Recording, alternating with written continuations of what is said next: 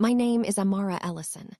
I am 32 years old, a preservation architect, and the majority owner of Alder House, the restored historic venue where I married Gavin Mercer. The first time my husband hit me, we had been legally married for less than 2 hours. He did it in front of his entire family, because I would not give his mother my chair. The reception ballroom was full when Lenora Mercer stopped beside our sweetheart table and rested one jeweled hand on the walnut back of my seat. 300 tiny lights glowed above us. A string quartet had just finished. Servers were carrying dinner through the side doors, and every face near the dance floor seemed turned toward the woman in ivory who had raised the groom. "Amara," Lenora said, smiling without warmth, "I'll sit here for the family photographs." A padded chair had already been placed beside her table. Nia, my best friend and business partner, had arranged another near the sweetheart table when Lenora complained that her shoes hurt. Neither chair was occupied. Lenora did not need a place to sit. She wanted mine. The chair beneath me was different from every rental in the room. My late father, Isaac, had shaped it from black walnut with his own hands. I had brought it to the wedding so that one small piece of him would be beside me. Lenora knew that. Gavin knew it better than anyone. "There's a comfortable seat right beside you," I said. "We can move it anywhere you want, but this chair stays here." Her fingers tightened around the carved wood. "I am not sitting off to the side at my only son's wedding." "You wouldn't be off to the side. You'd be beside us. Then stand for 10 minutes and let me sit where the family can see me." The conversation had become quiet enough to spread. Gavin's uncle stopped speaking. Celia lowered the glass in her hand. One of Lenora's cousins angled her phone toward us, pretending to photograph the flowers. Gavin came around the table. His smile looked arranged, like something he had placed over his face before approaching. "Amara, get up," he said softly. "Mom has been on her feet all day." That's why Nia brought her another chair. "Don't turn this into a scene." I looked past him at the ballroom. Our ceremony had been beautiful. Helena, my mother, was laughing with an old colleague near the windows. My wedding ring was still unfamiliar against my finger. I could feel the smooth inner edge every time I moved my hand. The legal papers had been signed in the library immediately after our vows. Gavin, the officiant, and I had leaned over an antique desk while rain tapped once against the windows and stopped. I remembered Gavin squeezing my fingers after the last signature, as if the page had carried us safely across some invisible line. At the time, I believed we had entered a partnership. Standing before him at the reception, I began to understand that he believed the line had placed me inside an order that already existed. Lenora had tested that order throughout the afternoon. She delayed the formal photographs until the photographer agreed to place her beside Gavin in nearly every Mercer family arrangement. She redirected a server who was carrying champagne to Helena's table. She corrected the master of ceremonies when he introduced my mother before her. Each incident was small enough to excuse, especially on a day when every minute seemed expensive and public. I had kept smiling because I thought refusing to fight over small things protected the meaning of the large one. Now there were 2 empty padded chairs within arm's reach, and Gavin was asking me to surrender the one object in the room that could never be replaced by a rental. I searched his expression for the man who had helped me carry that chair out of my studio. He would not meet my eyes for more than a second. His attention kept returning to Lenora, measuring her embarrassment and converting it into my responsibility. I wanted that moment to remain a misunderstanding. I wanted Gavin to look at the empty, padded chair, remember what my father's chair meant, and end the confrontation with one reasonable sentence. Instead, he leaned closer. "Apologize to my mother and give her the seat." "No." The word surprised even me. It was not loud or angry. It was simply finished. Lenora made a small, wounded sound. Gavin's jaw shifted. His hand rose so quickly that I saw the movement only after his palm struck the left side of my face. The sound cracked through the ballroom. My head turned. My lip caught against my teeth. For several seconds, I could not understand why the lights above us had blurred or why the music had stopped. Heat spread across my cheek, followed by a hard pulse beneath my eye. No one moved. Gavin stared at me as if I had done something shocking. Then he pointed toward the main doors. "Apologize to her," he said, louder now, "or leave the wedding." Lenora did not check my face. She placed both hands on the back of my father's chair and waited. That was the moment something inside me became very quiet. I stood. I did not apologize. I did not argue, throw my ring, overturn a table, or ask the guests to choose sides. I stepped around Gavin, gathered the front of my dress, and walked across the ballroom. The crowd divided without anyone being told. I saw pity, alarm, and disbelief. I also saw members of Gavin's family watching him for instructions, as though his violence had created an etiquette problem he might still solve. "Behind me," he said my name once. I kept walking. As I passed the nearest tables, I heard a chair scrape and someone whisper that Gavin had only reacted because I had insulted his mother. Someone else told the speaker to stop. Celia stood near the Mercer table with one hand pressed against her mouth. She looked at Gavin, then Lenora, then at me, but she did not move. I would remember that stillness later, after I learned how much her salary, housing, and sense of family depended on never becoming the person who challenged them. Helena started toward me from the opposite side of the ballroom.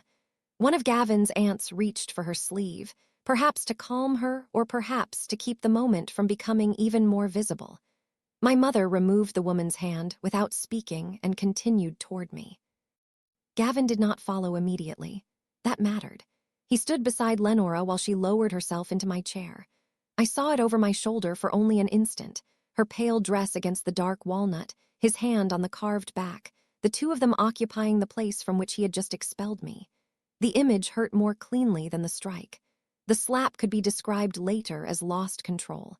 That arrangement required a choice from both of them. Nia reached the doorway before I did. She took one look at my face and touched the radio clipped beneath her jacket. My mother appeared seconds later, all the happiness gone from her expression. "Did he do that?" Helena asked. I nodded because my voice had disappeared. Nia moved between me and the ballroom. "Security is coming. You don't have to go back inside." That sentence almost broke me. Not because it was dramatic, but because it was the first thing anyone said that did not ask me to protect the wedding. A venue security officer closed the ballroom doors behind us. Another came through the service corridor. Nia told them that an assault had occurred, that 2 cameras covered the sweetheart table, and that all footage had to be preserved. Her voice remained even, the same voice she used during fire inspections and insurance reviews. She was not punishing my husband. She was applying the safety policy we had written together. From inside the ballroom came a swell of argument. Lenora demanded that someone open the doors. Gavin told security that it was a family matter. Nia answered that the policy did not contain a family exception. My mother guided me into the quiet office behind reception. My hands had started shaking so violently that she removed the pins from my veil before I tore the fabric. I sat on a small couch while she held a cold cloth against my cheek. My phone began vibrating on the desk. "Gavin." It stopped, then started again. 6 calls arrived in less than 4 minutes. I could hear him in the hallway once, demanding to see his wife. Security refused. When he could not reach me, the calls changed to voice messages. The first contained an apology tangled with an accusation. The second asked why I was letting Nia embarrass his mother. The third was different. His voice was low, breathless, and frightened. By then, security had escorted Gavin and Lenora away from the ballroom floor.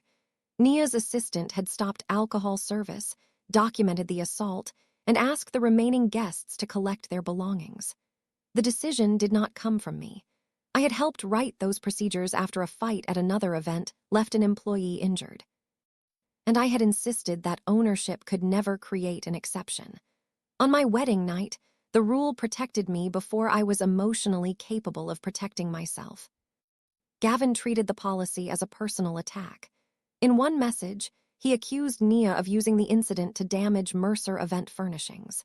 In another, he reminded me how much the reception had cost and how many relatives had traveled to attend. He spoke as though the unfinished dinner were the emergency and the swelling beneath my eye were an unfortunate detail attached to it. He said the lender would call at 9 on Monday morning. He said I needed to confirm the 5-year Alder House agreement. He said his mother could lose everything if I refused. I listened twice because none of it made sense. Gavin had never told me that a lender needed anything from Alder House. He had mentioned refinancing only as an ordinary business adjustment, the kind of change companies made when interest rates shifted. Whenever I asked whether Mercer was stable, he answered that the company had survived harder years. I knew Lenora worried about slow seasons and expensive inventory. I did not know anyone had placed my company at the center of a loan application. My confusion briefly offered me an easier explanation. Perhaps Gavin had described our existing vendor relationship carelessly. Perhaps a banker had misunderstood a forecast. Perhaps 5 years referred to a business plan rather than a signed promise. Those possibilities lasted until I remembered his exact urgency.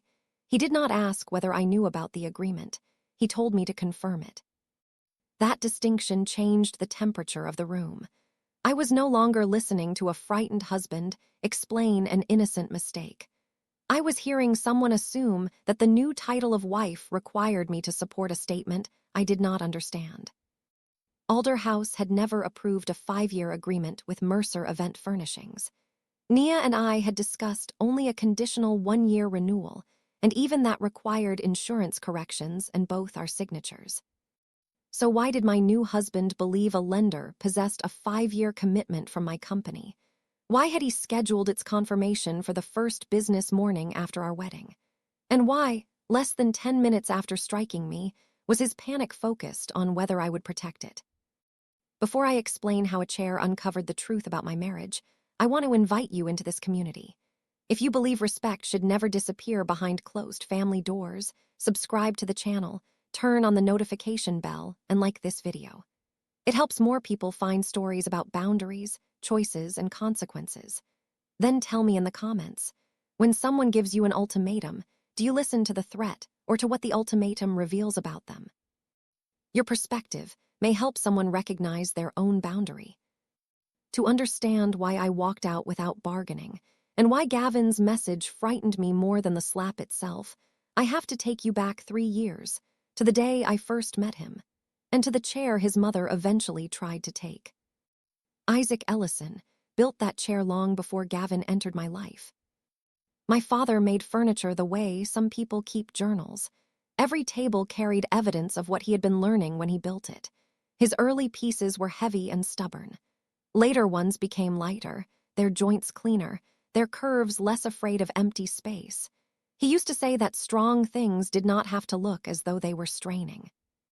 When I opened my first architecture studio, I rented 2 narrow rooms above a bakery and owned almost nothing that matched. My drafting table came from a university surplus sale. The shelves tilted toward the center. The single client chair squeaked whenever anyone leaned back. My father arrived one Saturday carrying pieces of black walnut wrapped in an old moving blanket. He was already ill by then, though he had not told my mother or me how much his hands hurt. Every architect needs one thing in the room that refuses to be temporary, he said. Over the following weeks, he assembled the chair beside my drafting table. I sanded the arms while he corrected me. He rejected my first stain because I had tried to make the walnut look darker than it was. When the finish dried, he turned the chair upside down and carved a message beneath the seat. Take your place, love, Dad. He died 2 years later. During those last months, I became useful in every possible way. I managed appointments, medication lists, insurance calls, meals, and clients. I learned how to enter a room carrying fear without setting it down where anyone could see it.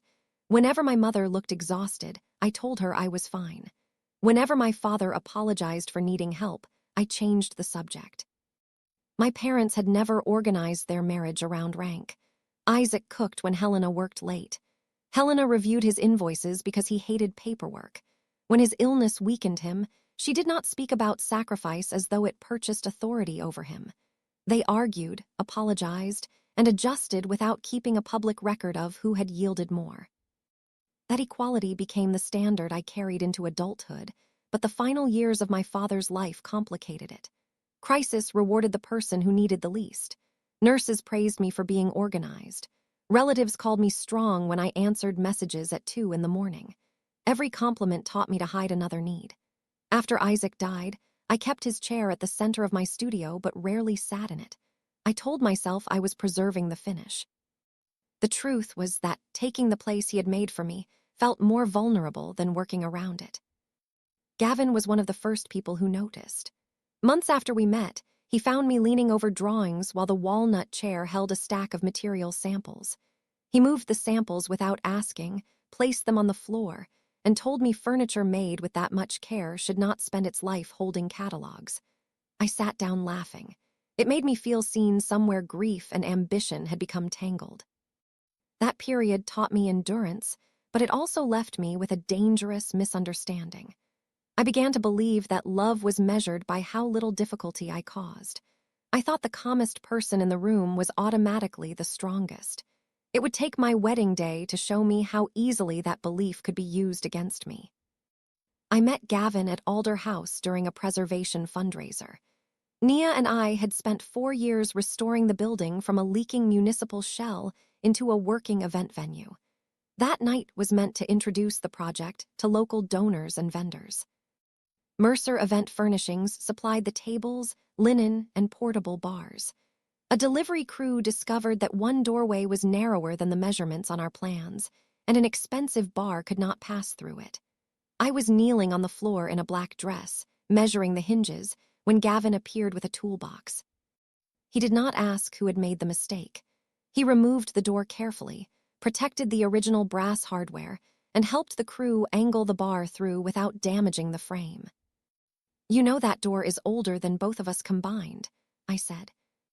"That's why I'm putting every screw back where I found it."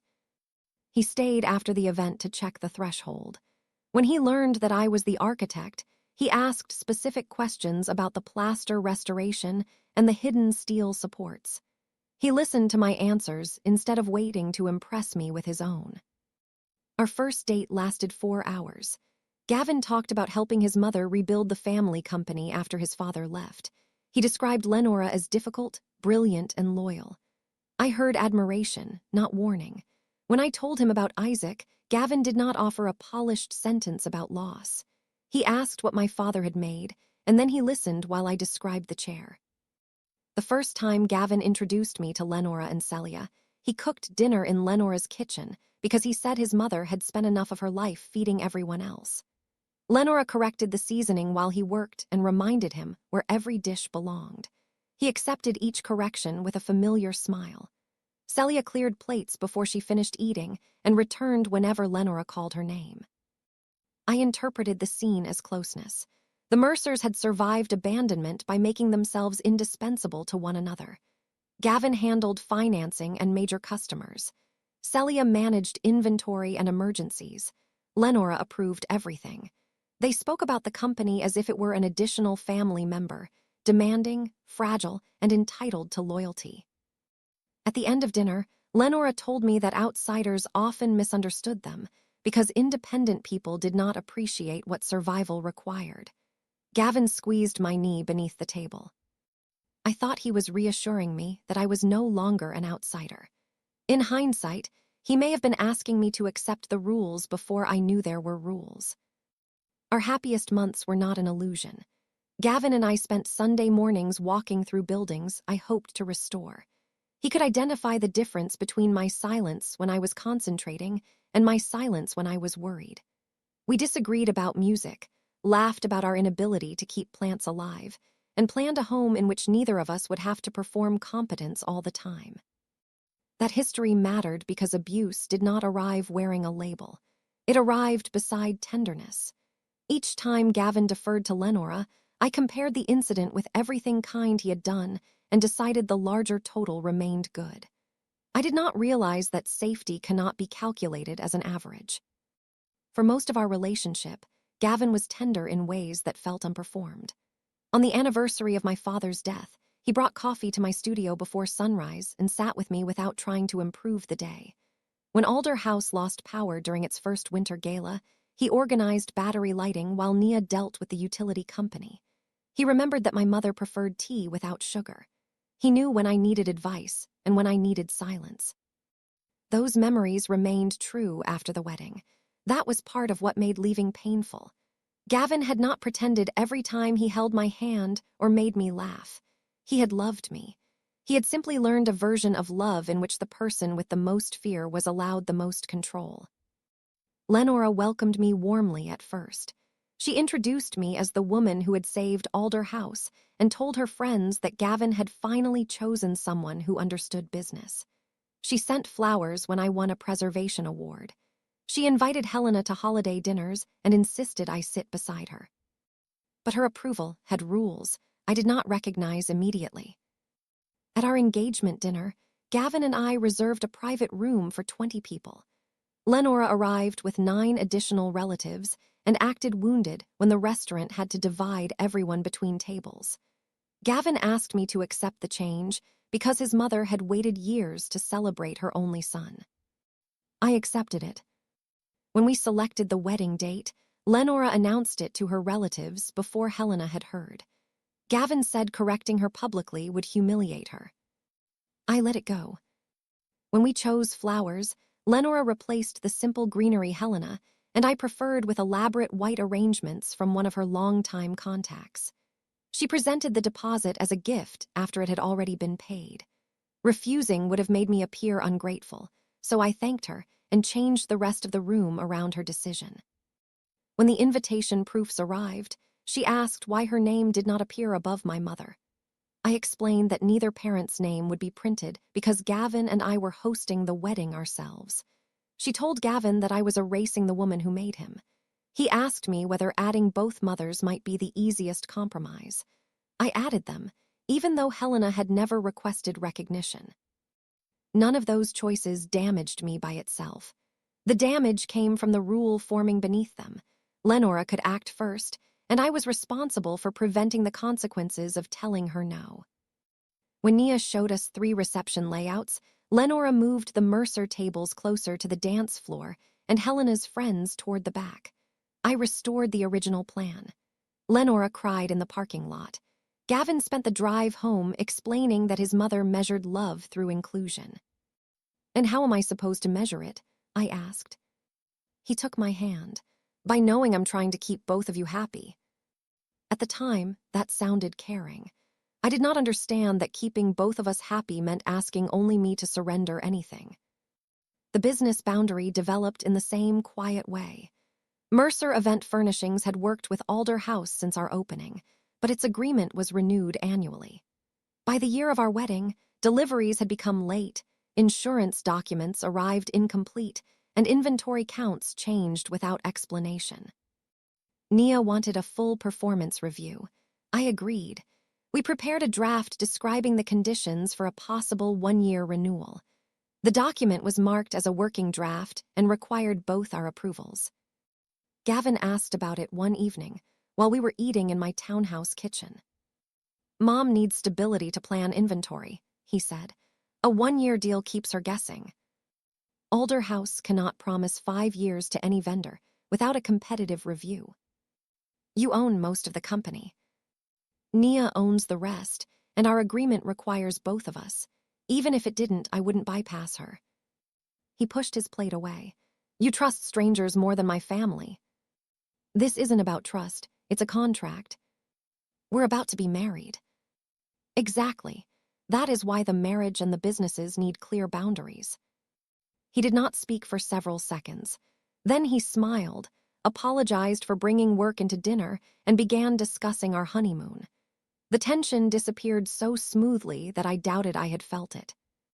The prenuptial agreement produced a similar argument. It protected both of us.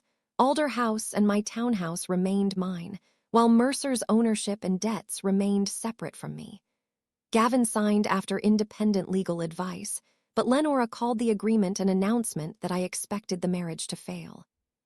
Before signing, Gavin had read every page with his own attorney and agreed that neither spouse should become responsible for a business they did not control. He even said the agreement would protect me if Mercer experienced another difficult season. His reasoning changed only after Lenora learned the details. What had been mutual caution became, in her language, evidence that I intended to keep one foot outside the family. I asked Gavin why a marriage needed access to my company in order to feel real. He answered that Lenora was reacting emotionally and that I should not take her words literally.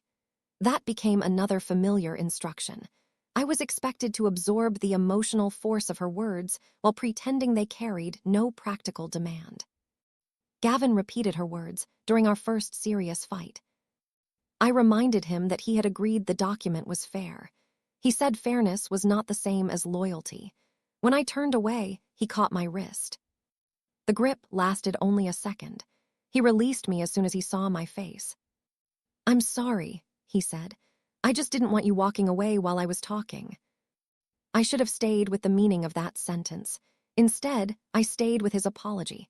He brought ice even though my wrist was not bruised. He looked horrified by himself.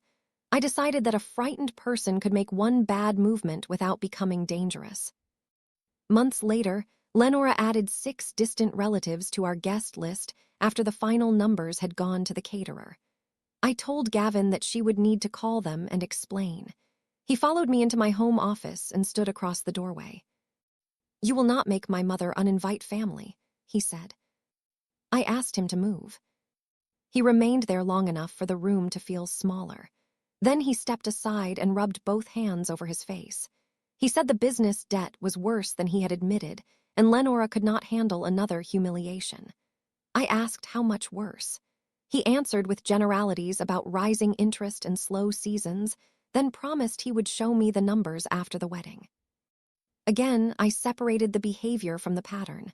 A wrist caught during one argument, a doorway blocked during another, a mother accommodated because she had suffered, a financial question delayed until later. Each incident looked small when I held it alone. Helena noticed more than I admitted.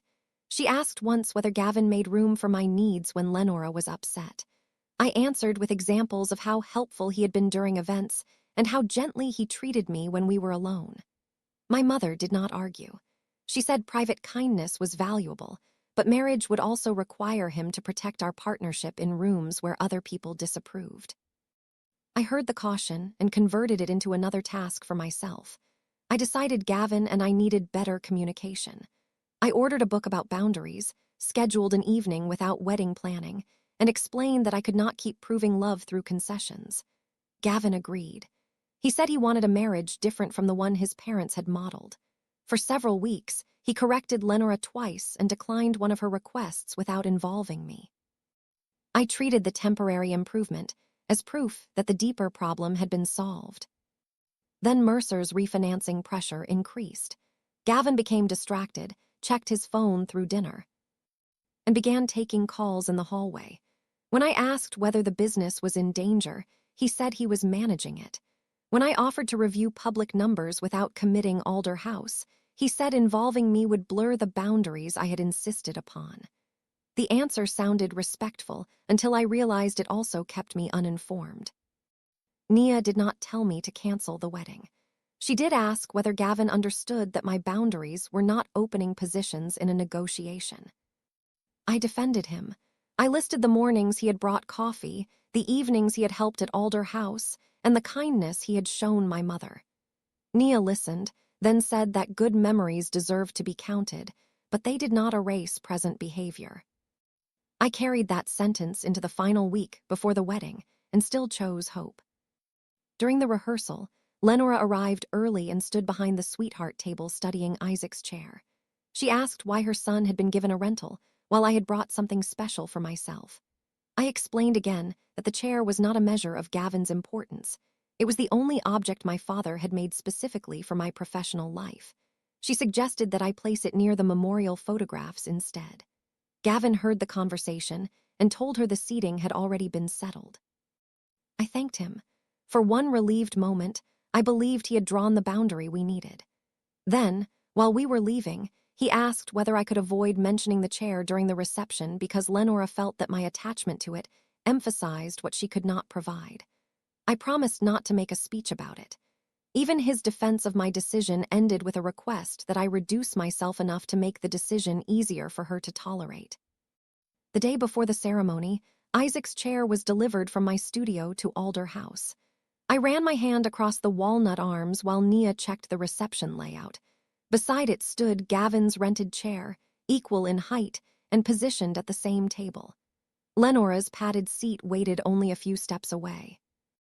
Gavin came into the empty ballroom and rested his hands on my shoulders. He said the difficult part was over. Once we were married, he promised, the two of us would make decisions together and the pressure from both families would settle. I wanted to believe that marriage would clarify his loyalties. I did not understand that Gavin expected it to settle mine. Standing there beneath the unfinished lights, I looked at my father's chair and thought it meant Isaac would still have a place at my wedding. I never imagined that, one day later, it would show me whether I had a place in my own marriage. Section 3. The Calls. By the time I finished remembering all the warnings I had renamed, the cold cloth against my cheek had warmed to my skin. I was still in the office behind Alder House reception. My wedding dress filled half the couch, white fabric spilling over the edge, while my mother knelt beside me. Beyond the closed door, carts rolled through the service corridor as employees dismantled a celebration that should have lasted 4 more hours. Helena replaced the cloth with an ice pack wrapped in a towel. She did not ask whether I planned to forgive Gavin. She did not tell me what she would do in my position. She asked whether I felt dizzy, whether my vision was clear, and whether I wanted a doctor. "I don't know what I want," I said. It was the first complete sentence I had spoken since the ballroom.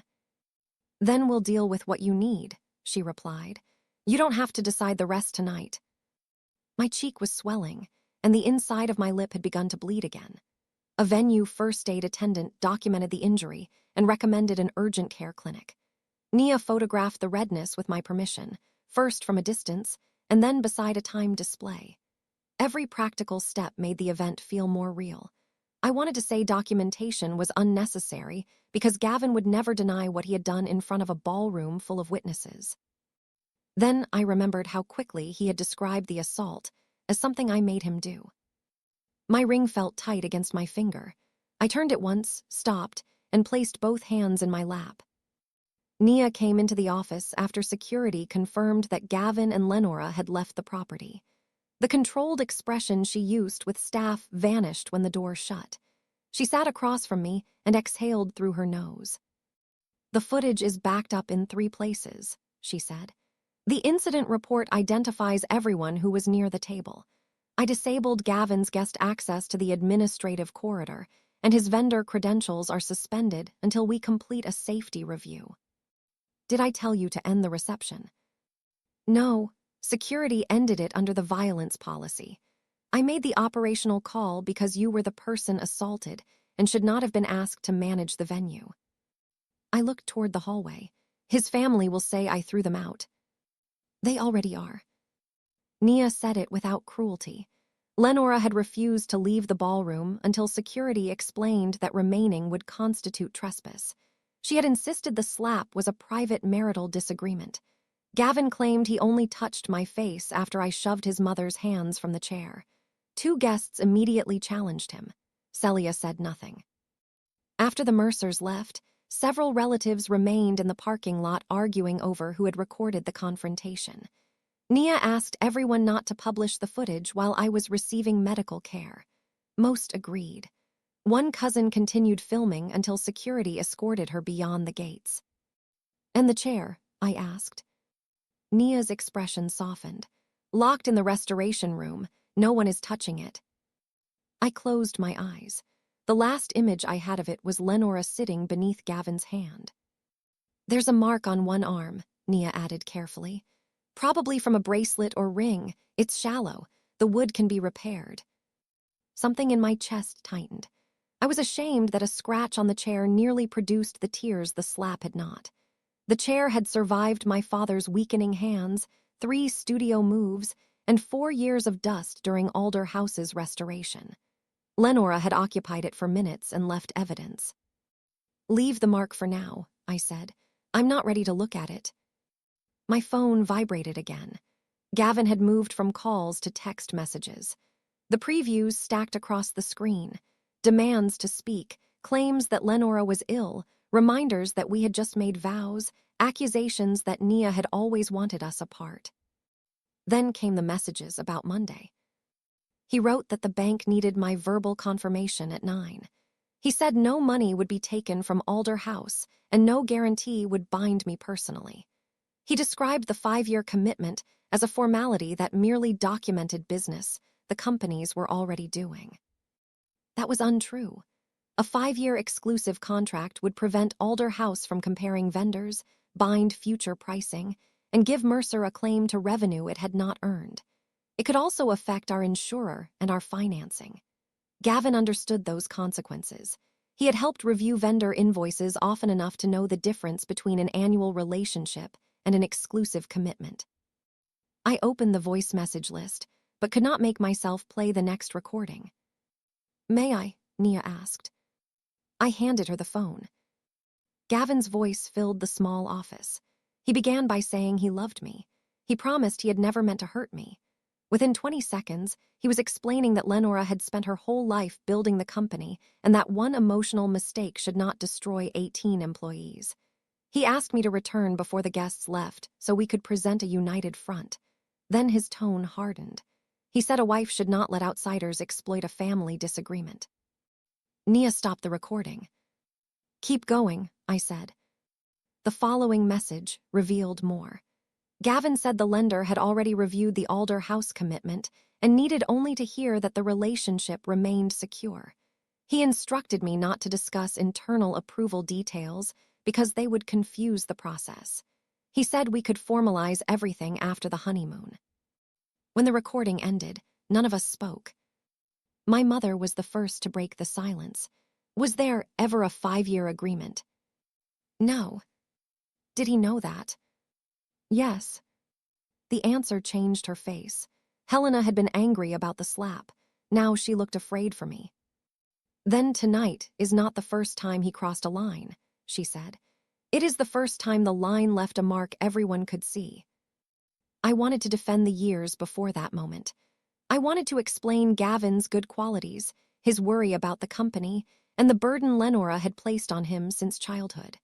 The words gathered automatically, but I heard how closely they resembled his messages. We were both searching his pain for a reason mine should wait. At urgent care, a nurse cleaned my lip and examined my eye. There was no fracture, but the doctor recorded bruising and advised me to return if headaches or vision changes developed. He asked whether I felt safe going home.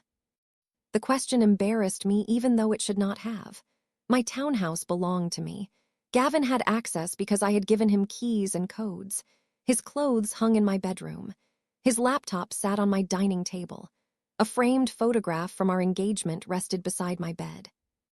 "Not until the access is changed," I said. Nia called Alder House's security provider. Helena contacted a locksmith she trusted. I approved temporary suspension of Gavin's access to my home and company systems. None of those decisions determined the future of the marriage. They gave me enough safety to reach the next morning without relying on Gavin's restraint. We went to Helena's house instead. She placed clean sheets in the guest room I had used as a teenager. My wedding dress remained zipped inside a garment bag in her hall closet because I could not bear to carry it upstairs. At 2 a.m, I removed my ring. I did not throw it. I placed it in a small ceramic dish beside the bed and photographed it with the time visible, as if my own life had become another piece of evidence. The skin beneath it looked pale and compressed. Sleep came in fragments. Each time I drifted off, I heard the slap again, not as a sound, but as the silence that followed. I saw Gavin waiting for me to apologize. I saw Lenora lower herself into Isaac's chair. I woke with my jaw clenched and checked the locked bedroom door. Sunday morning brought 47 messages.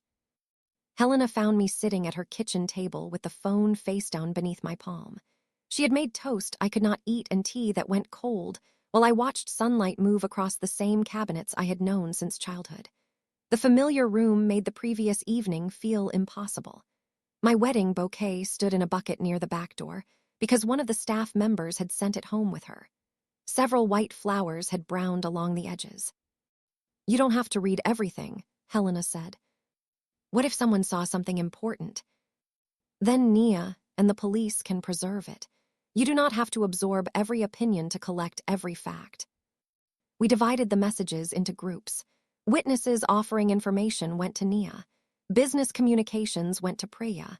Personal support remained unread until I had energy. Family pressure received no response. The officiant sent a brief note confirming that the license had been signed and that she had witnessed the reception confrontation. She said she would cooperate with any formal request. Reading it forced me to accept two truths at once. Gavin was legally my husband, and the person who had joined us in marriage had watched him violate the promise within hours. Another message came from an Alder House server who had been carrying Lenora's alternate chair. She described how Lenora waved her away before approaching me. That detail removed the final possibility that the conflict had concerned comfort. Lenora rejected the available solution because solving discomfort was never the objective. I saved the message and felt my stomach turn. "I keep trying to find the version where everyone misunderstood each other," I told Helena. "That is because misunderstanding can be repaired without requiring you to change what you believe about him." What if I am deciding too quickly? My mother considered the question instead of dismissing it. Changing the locks is not deciding the entire marriage. Documenting an injury is not deciding the entire marriage. Refusing to lie to a bank will not decide the marriage either. Those are decisions about what is safe and true today. Her distinction gave me somewhere to stand. I did not need to know whether I would someday forgive Gavin.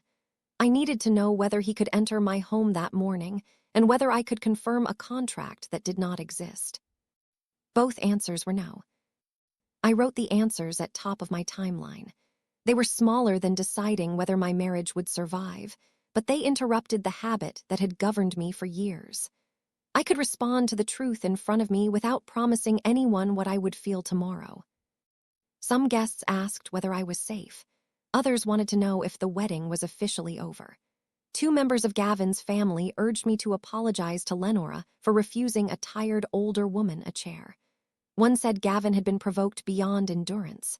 Another insisted that everyone made mistakes on stressful days and warned me not to let pride turn a private incident into public ruin. Gavin's messages shifted with every hour. He apologized. He blamed exhaustion. He accused Nia. He invoked our vows. He told me Lenora's blood pressure was dangerously high. He reminded me that his father had abandoned the family during a crisis and said my silence felt exactly the same. Then he returned to the lender. At 11, he sent the name Malcolm Reyes and a business number. He told me Malcolm expected to hear from both of us Monday morning. He asked me to say that Alder House intended to maintain Mercer as its exclusive furnishings partner for 5 years. That was the first time he described the false statement in unmistakable terms. I forwarded every message to Nia and to Priya Akafer, Alder House's outside counsel. Priya called within 15 minutes. Her voice remained calm, but her questions were exact. Had I signed any 5-year contract? Had Nia? Had either of us authorized Gavin to submit materials to a lender? Did Gavin ever use my computer? Did he possess access to stored copies of my electronic signature? The last question stopped me. During wedding preparation, Gavin had used my studio printer several times. He had also helped scan insurance acknowledgments when Alder House's administrator was ill. Those files carried my electronic signature. "Do not accuse him yet," Priya said. "Do not warn him what records we may have. Preserve the messages, change every password he could know, and let the bank show us what it received." Should I call Malcolm? "We will respond together in the morning. Tonight, write down everything you remember while it is fresh." I spent Sunday afternoon making a timeline. The exercise began with the chair and moved backward.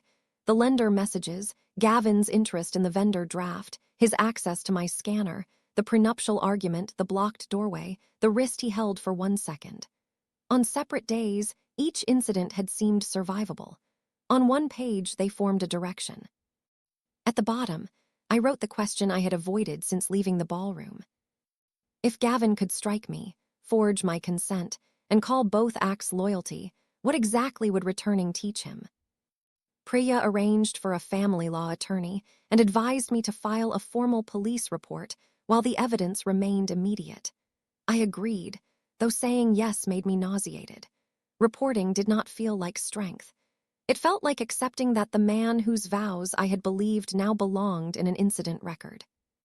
Before bed, Gavin sent one final message. He said he would come to Helena's house Monday morning if I continued ignoring him. I forwarded it to Priya and did not reply. For the first time since the wedding, I was no longer waiting for Gavin to explain what had happened. I was preparing to discover what he had done. Section 4, the signature.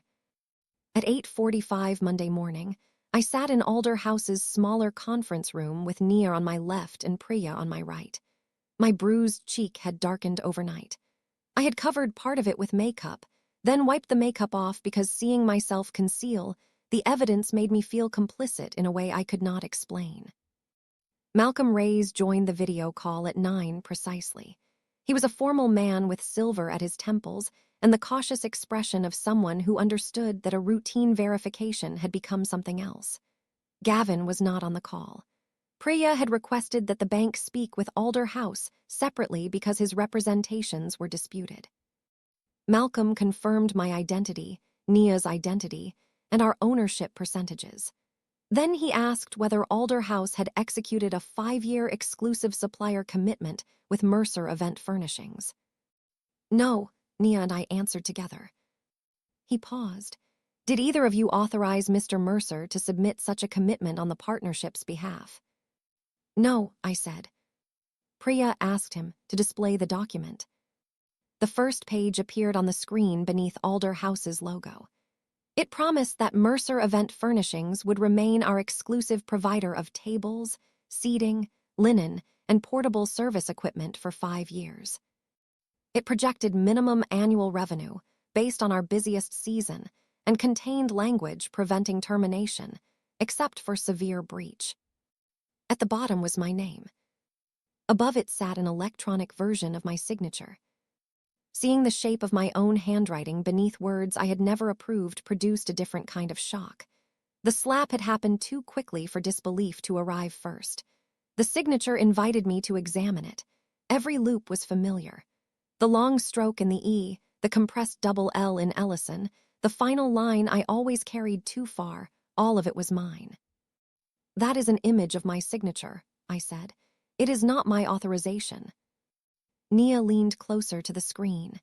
And the partnership cannot execute a contract of this length with one signature. Our operating agreement requires both. Malcolm looked down at his records. The application describes Ms. Bell as an operational partner without contract veto authority. Nia gave a short, humorless breath. That description is false. The document contained more than a copied signature. It contained information drawn from our internal working draft, proposed delivery windows, seasonal volume estimates, and a list of events booked through the next year. Some numbers were accurate. Others had been increased. The mixture made the commitment look credible to anyone who did not possess the original records.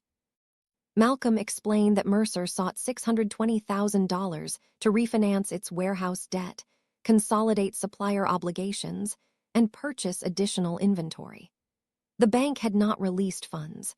Direct confirmation from Alder House was a closing condition because the projected contract represented a substantial part of Mercer's repayment capacity.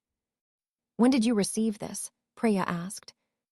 The first version arrived 3 weeks ago. A revised copy arrived last Thursday. 2 days before the wedding. Who sent it? Mr. Gavin Mercer, from his company account. Malcolm had believed the Monday confirmation was a scheduling courtesy. Gavin said I would be unavailable during final wedding preparations and suggested we speak after the ceremony, when both companies could announce a strengthened family partnership. The bank had not been told that Alder House's other owner disputed the contract or that no formal vendor review had occurred. There was no misunderstanding left to preserve. Priya formally denied the document's validity and requested that the bank retain the complete submission, message headers, revisions, and access history. Malcolm confirmed that the loan would remain suspended while the bank's fraud department reviewed the application. He did not congratulate me for stopping it. He did not promise what would happen to Gavin. He followed procedure, and the plainness of that response helped me understand how avoidable the entire crisis had been.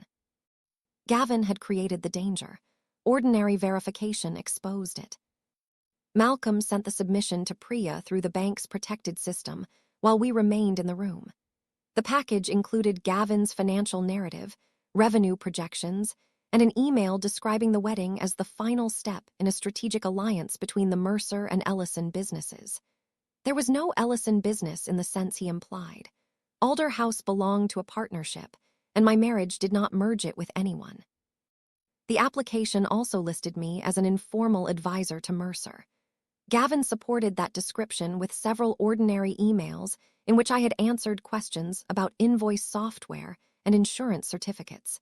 He had removed the surrounding conversations, showing that my help was limited and unpaid. Friendly assistance had been rearranged into evidence of management involvement. Could this make me responsible for their decisions? I asked. Priya shook her head.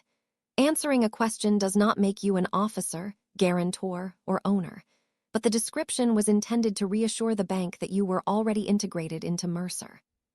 Nia scrolled through the exhibits. He turned every favor into a corporate relationship. That sentence exposed another pattern.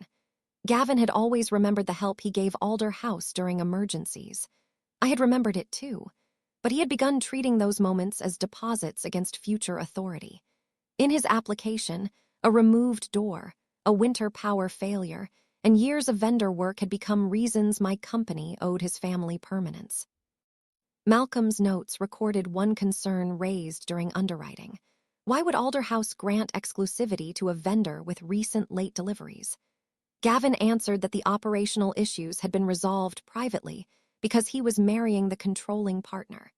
He used the wedding not only as evidence of future consent, but as an explanation for why normal standards no longer mattered. I felt embarrassed reading it, as if I had invited the bank to believe I ran Alder House through favoritism. Nia noticed. His representation is not your reputation, she said. Our records show exactly how decisions are made. People will still wonder whether I knew. Then we show the records when required. We do not redesign the company around people who prefer his story. For years, Nia and I had protected our partnership by accepting limits on our own power. Either of us could stop a long contract. Neither could manufacture the other's approval. Gavin interpreted that system as an obstacle because he believed my majority interest should permit whatever benefited him. The very structure he resented now demonstrated that I could not have authorized the commitment alone. Priya asked me to list every device Gavin had used and every location where my signature appeared. The list was longer than I liked. Insurance acknowledgments, municipal permit forms, payroll authorizations, restoration grants, and vendor notices. A signature image was not a secret. Its security depended upon people understanding that possession was not permission. We reset authentication keys and notified institutions that might receive documents bearing my name. The work took hours. Each password change felt absurdly small beside the betrayal, yet together they returned control of my professional identity. At one point, I apologized to Nia for exposing Alder House to the risk. She turned away from the computer. You did not expose us by trusting someone you planned to marry. He exposed us by converting access into authority. I brought him into the building. And when the facts changed, you acted. Accountability is not the same as accepting his blame for the original choice. I wrote that distinction in the margin of my notes. It would become necessary often. The signature on the screen also forced me to reconsider the language Gavin used whenever I resisted him. He rarely demanded ownership directly. He spoke about partnership, flexibility, and helping family. Each word sounded mutual while the requested action moved in only one direction. At dinner, he had called a 5-year contract reasonable. In the application, he called it our shared intention. After the wedding, he called confirming it my duty. The document had changed names each time, but my missing consent remained constant. I began to understand why arguing about his preferred description had exhausted me. I had been trying to correct vocabulary while he pursued the same result. Priya's process offered a simpler method. Identify what had been authorized, identify what had not, and preserve the evidence between them. Facts did not require me to win an argument about whether Gavin considered himself loving. That clarity steadied me. After the call, Nia opened the original vendor draft. A red banner across every page identified it as unapproved. It offered only a possible 1-year renewal and listed the corrections Mercer needed to make. No exclusivity, no guaranteed revenue, no 5-year term. The false version uses our spacing, Nia said. Even the table formatting is the same. Our technology consultant reviewed access logs while Priya watched. On the Wednesday before the wedding, Gavin's guest credentials had opened my studio corridor after business hours. The scanner recorded a file created from an insurance acknowledgement bearing my signature. Minutes later, another file containing the vendor draft was opened from the workstation he had used. The metadata did not independently prove every action, but the sequence matched the document sent Thursday. Gavin had access, opportunity, and possession of the resulting file. He had then instructed me to validate it. I stared at the time stamps. At 7:30 that Wednesday evening, I had been at a dress fitting with Helena. Gavin told me he was finishing wedding invoices at Alder House. I remembered thanking him for taking one more task off my list. He watched me drown in preparations, I said, and used the time I gave him. Nia reached for my hand but stopped before touching it. Do you want me to close this? No, I need to see it. We traced the altered numbers. Gavin had converted our busiest quarter into a yearly minimum, presenting an optimistic peak as dependable revenue. He had listed Mercer as exclusive even though we used 3 furnishing vendors. He had removed Nia's signature line and described my marriage as evidence that the commercial relationship would remain stable. The final page carried a sentence stating that the commitment reflected the parties' shared long-term intentions. That phrase hurt more than the figures. Gavin had transformed intimacy into a substitute for consent. My phone rang while we were still reviewing the file. Gavin had called from an unfamiliar number after I blocked his personal one. Priya asked whether I wanted the call directed to voicemail. I nodded. His recording began gently. He said Malcolm had contacted Mercer and that I had embarrassed him without giving him a chance to explain. He admitted creating the document, but insisted it represented what would naturally happen once the companies became family. He said he had intended to obtain Nia's approval after the honeymoon. He described the copied signature as a placeholder. Then he asked me to call Malcolm back and say the dispute was marital confusion. A placeholder, Nia repeated when the message ended. For your consent. Priya saved the recording with the other evidence. That afternoon, I filed the police report. The officer who interviewed me separated the assault from the financial evidence. She asked me to describe the ballroom confrontation without interpreting Gavin's motives. Where was I seated? Where was Lenora? What did I say? Which hand did Gavin use? What happened immediately afterward? I answered each question. The facts sounded almost modest when reduced to their parts. 2 unused chairs, 1 demand, 1 refusal, 1 strike, 1 ultimatum, 1 departure. The officer photographed my cheek and lip, collected the urgent care report, and requested the preserved footage. Nia provided the original files through the venue's evidence procedure. I watched only the first few seconds before looking away. On the recording, Gavin's hand was unmistakable. So was the pause afterward. He had time to look at me, look at his mother, and decide what to do next. He chose the door. Gavin later claimed he reacted after believing I was about to push Lenora. The footage showed my hands resting near my plate until I stood. Several witnesses confirmed that I had offered another chair. His version did not survive contact with the room he had forgotten was watching. Filing the report left me hollow. Helena drove me back to her house, and I sat in the passenger seat noticing ordinary Monday life. People carrying groceries, a child dragging a backpack, a courier waiting at a light. I wanted to step into any day that did not require me to document my husband's hand against my face. "You can grieve him and still tell the truth," my mother said. "It feels like those things should cancel each other." They don't. The family law attorney Priya recommended met with me the next morning. She explained that the signed license and completed ceremony made the marriage legally valid. Walking out did not erase it.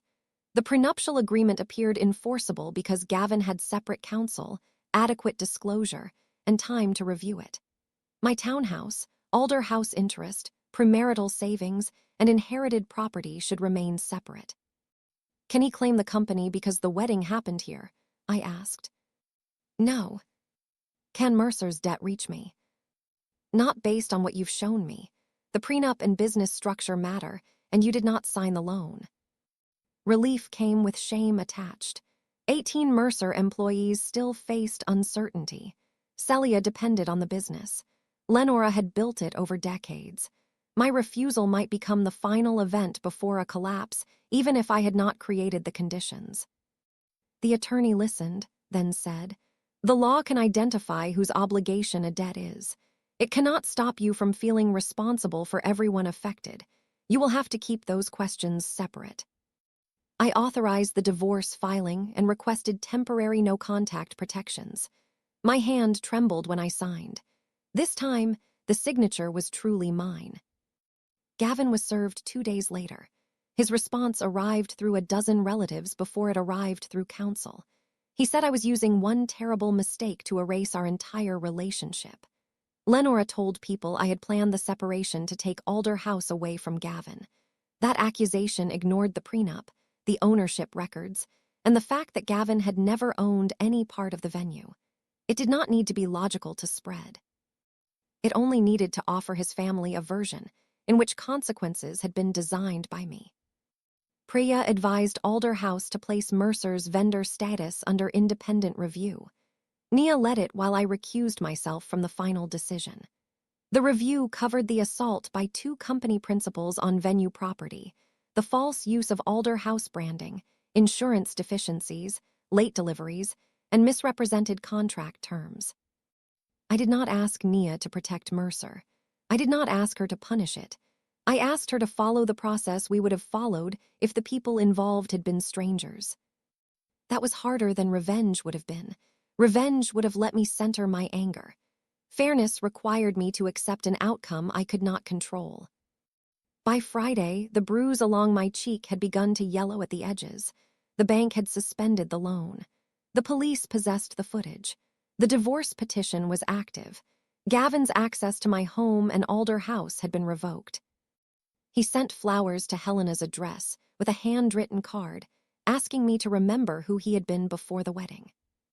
I did remember. I also remembered who he had been when remembering me became inconvenient. Section 5, The Price of Silence. Gavin's first apology through counsel was 1 page long. Half of it described his remorse. The other half proposed what I would need to do before he could demonstrate it. He wanted me to request dismissal of the no-contact restriction, characterize the slap as an isolated private incident, and tell the bank that Alder House remained interested in a long-term Mercer contract. He would attend counseling, apologize to Helena, and agree that Lenora should have less influence over our marriage.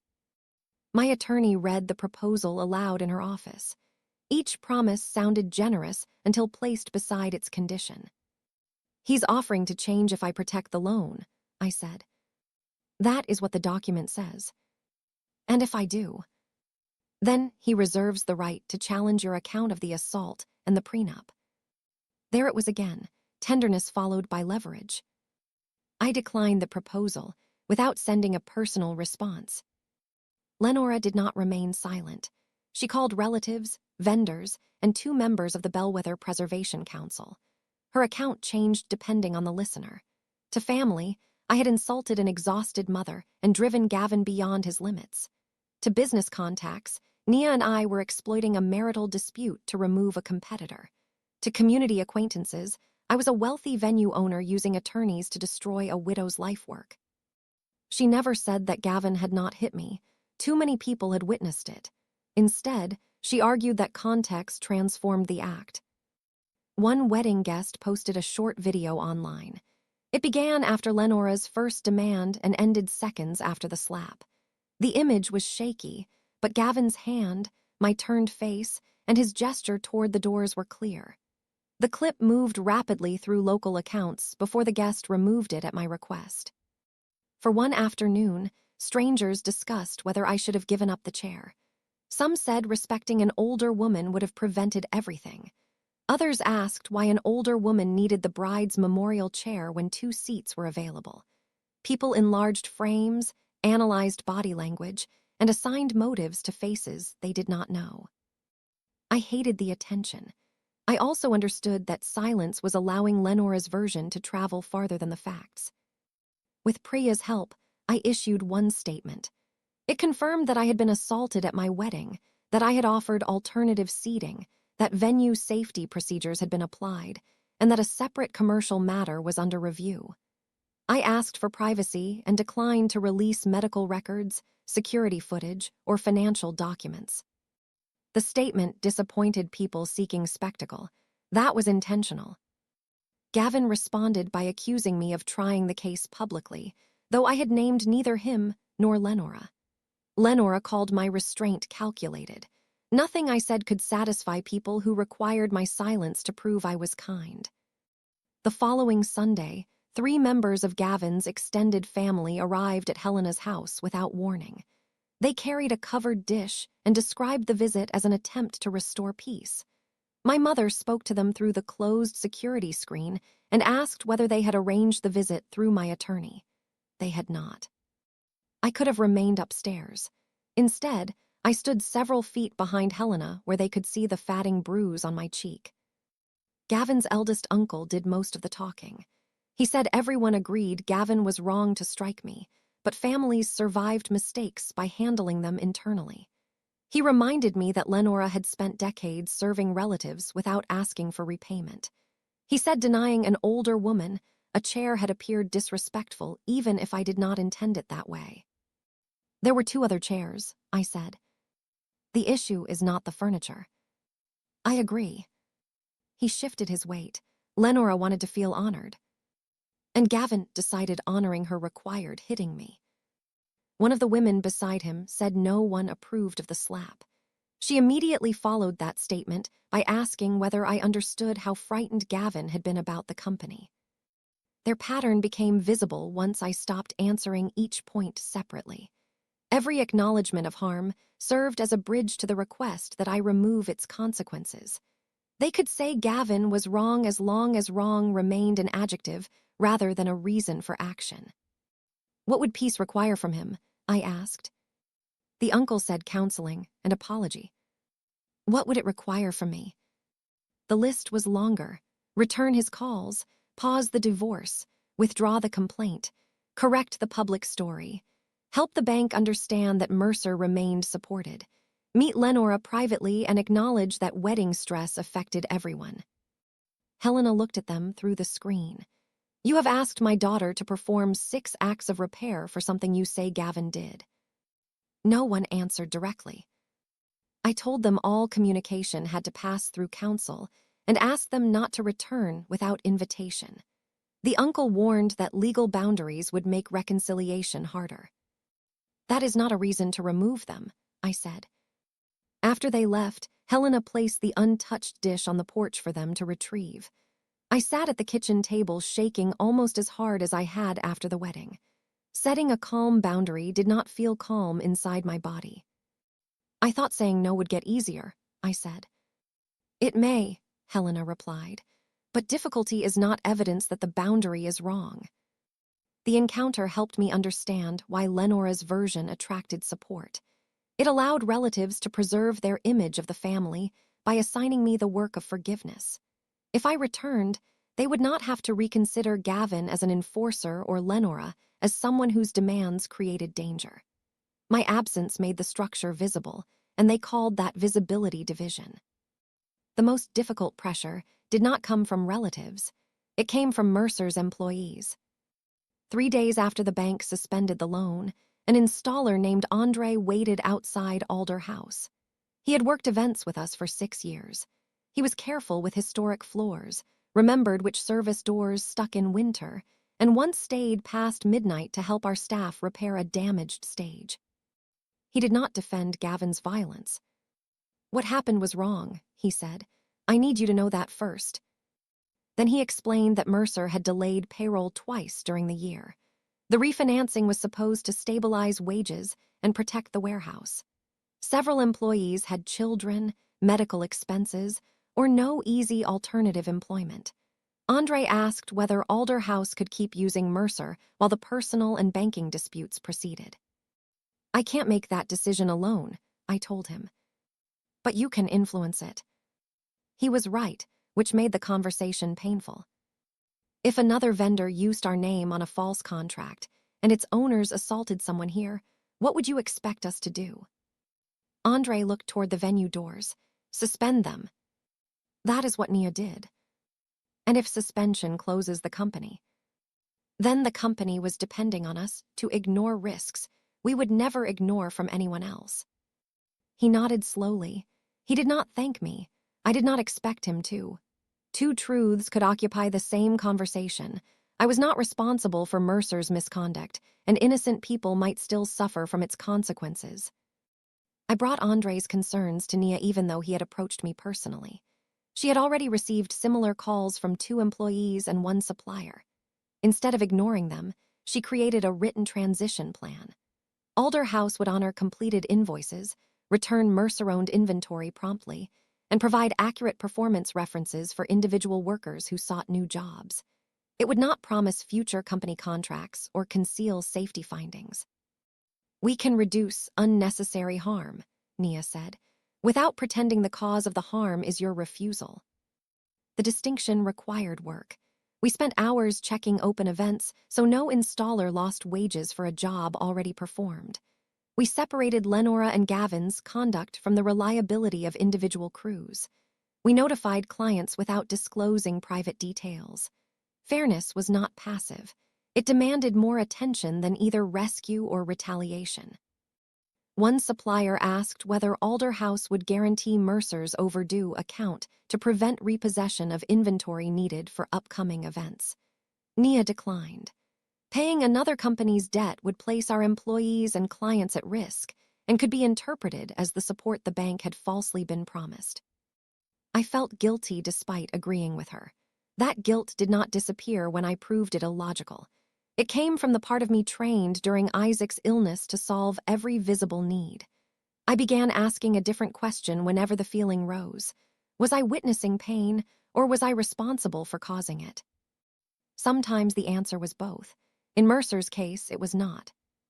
The question did not remove sadness, but it prevented sadness from becoming authorization. I could care that Andre needed work without granting Lenora a contract. I could understand Gavin's panic without confirming his lie. I could remember the years Mercer supported Alder House without giving the company permanent control over our future. Each distinction returned responsibility to the person or institution that actually held it.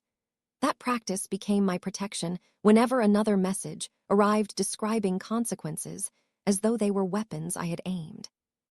I had stopped supplying the answer Lenora wanted, but I had not created the debt, the missing insurance, the altered forecasts, or Gavin's hand. Those truths remained mine to keep. After he left, I sat alone in the ballroom. The rental sweetheart table had been removed. Isaac's chair remained locked in the restoration room. A pale rectangle on the floor showed where the table had protected the wood from sunlight.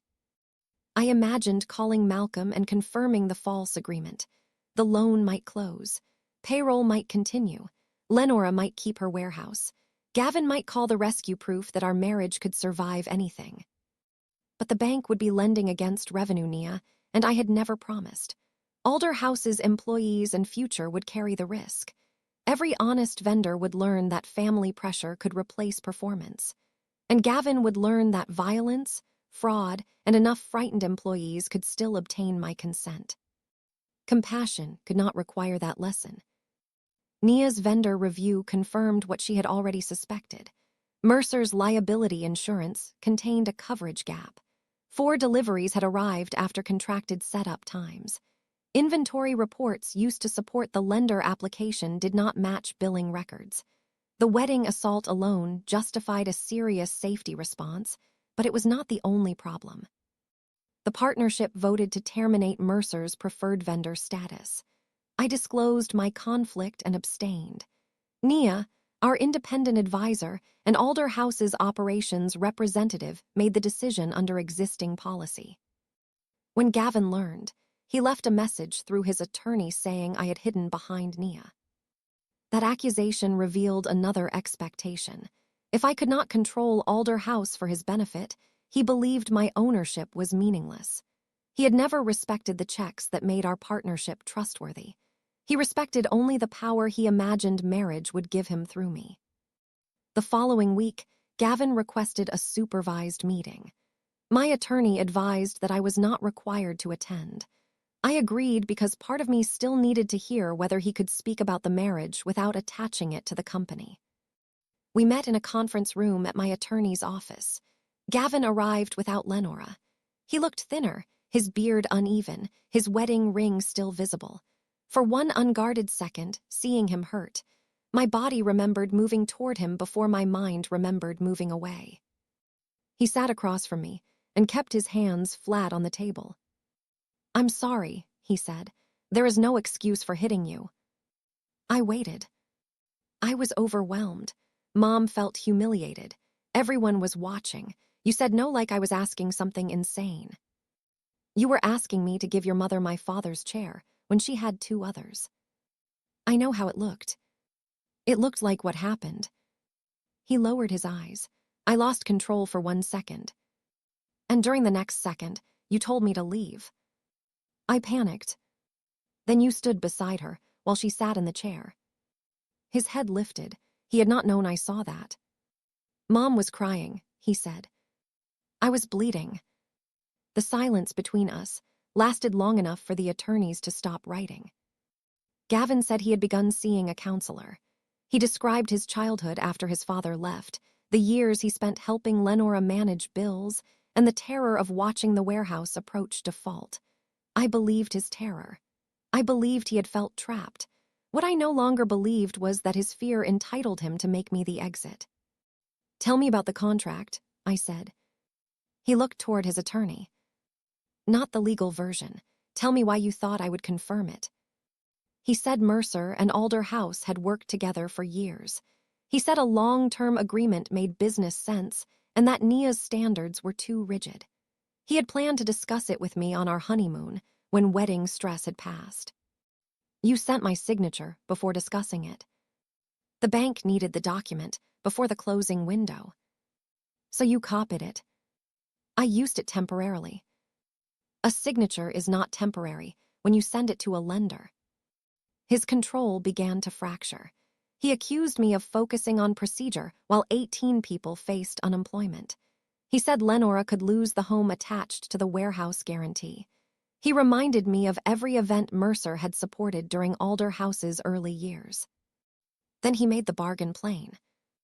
If I told Malcolm that the contract reflected our intended relationship, the bank might reopen the loan. Gavin would accept a long separation, comply with counseling, and keep Lenora away from me. Once Mercer stabilized, we could decide whether the marriage had a future. "And if I refuse?" I asked. "Then you are choosing to let everything collapse." I looked at the man I had married. He was not asking me to believe he had changed.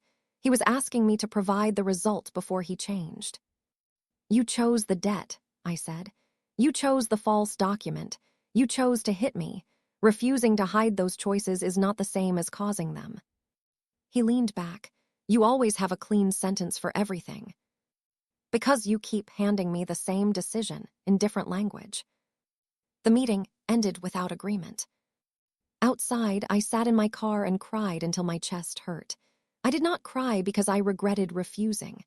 I cried because Gavin's fear was real, his love had once been real, and neither truth made him safe. That evening, Celia called me from a number I did not recognize.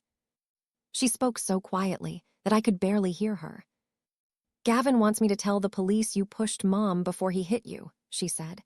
"And that is what happened." I closed my eyes. "Then tell them the truth." "If I do, my family is over." "No, Celia. Your family is asking you to decide what the truth is worth." She did not answer. Before ending the call, she said there were messages I needed to see. Section 6. What they expected marriage to mean. Celia did not send the messages immediately. For 2 days, she stopped answering me. I did not chase her. Priya warned that frightened witnesses sometimes retreated when pressure increased, and anything Celia provided needed to be voluntary and preserved correctly. We sent one written response confirming that she could speak through independent counsel and that Alder House would not promise employment, money, or protection in exchange for evidence. Meanwhile, Gavin and Lenora worked to keep her close. Celia later told investigators that Gavin took her company laptop for an audit, and Lenora asked to review her personal phone. They wanted every Mercer employee to sign a statement describing the wedding incident as the result of my aggression. Most employees had not been in the ballroom. The statement relied on what Gavin claimed happened. Celia refused to sign. Lenora responded by suspending her access to company accounts and warning that disloyalty could cost her job, health insurance, and apartment deposit. That threat accomplished what years of quiet control had not. Celia realized there was no safe level of obedience. If she surrendered the truth, the family would simply own one more part of her. On Thursday morning, she arrived at Priya's office carrying a personal laptop and 2 phones. She wore no makeup and kept twisting a ring on her right hand. An independent attorney sat beside her. Celia had packed one overnight bag before leaving Lenora's home. Although she was 29, several ordinary pieces of adulthood remained tied to the family company. Mercer paid the phone plan. Lenora held the original paperwork for the apartment deposit. Gavin had helped choose Celia's car and remained a secondary contact on its insurance. None of those arrangements looked coercive when created.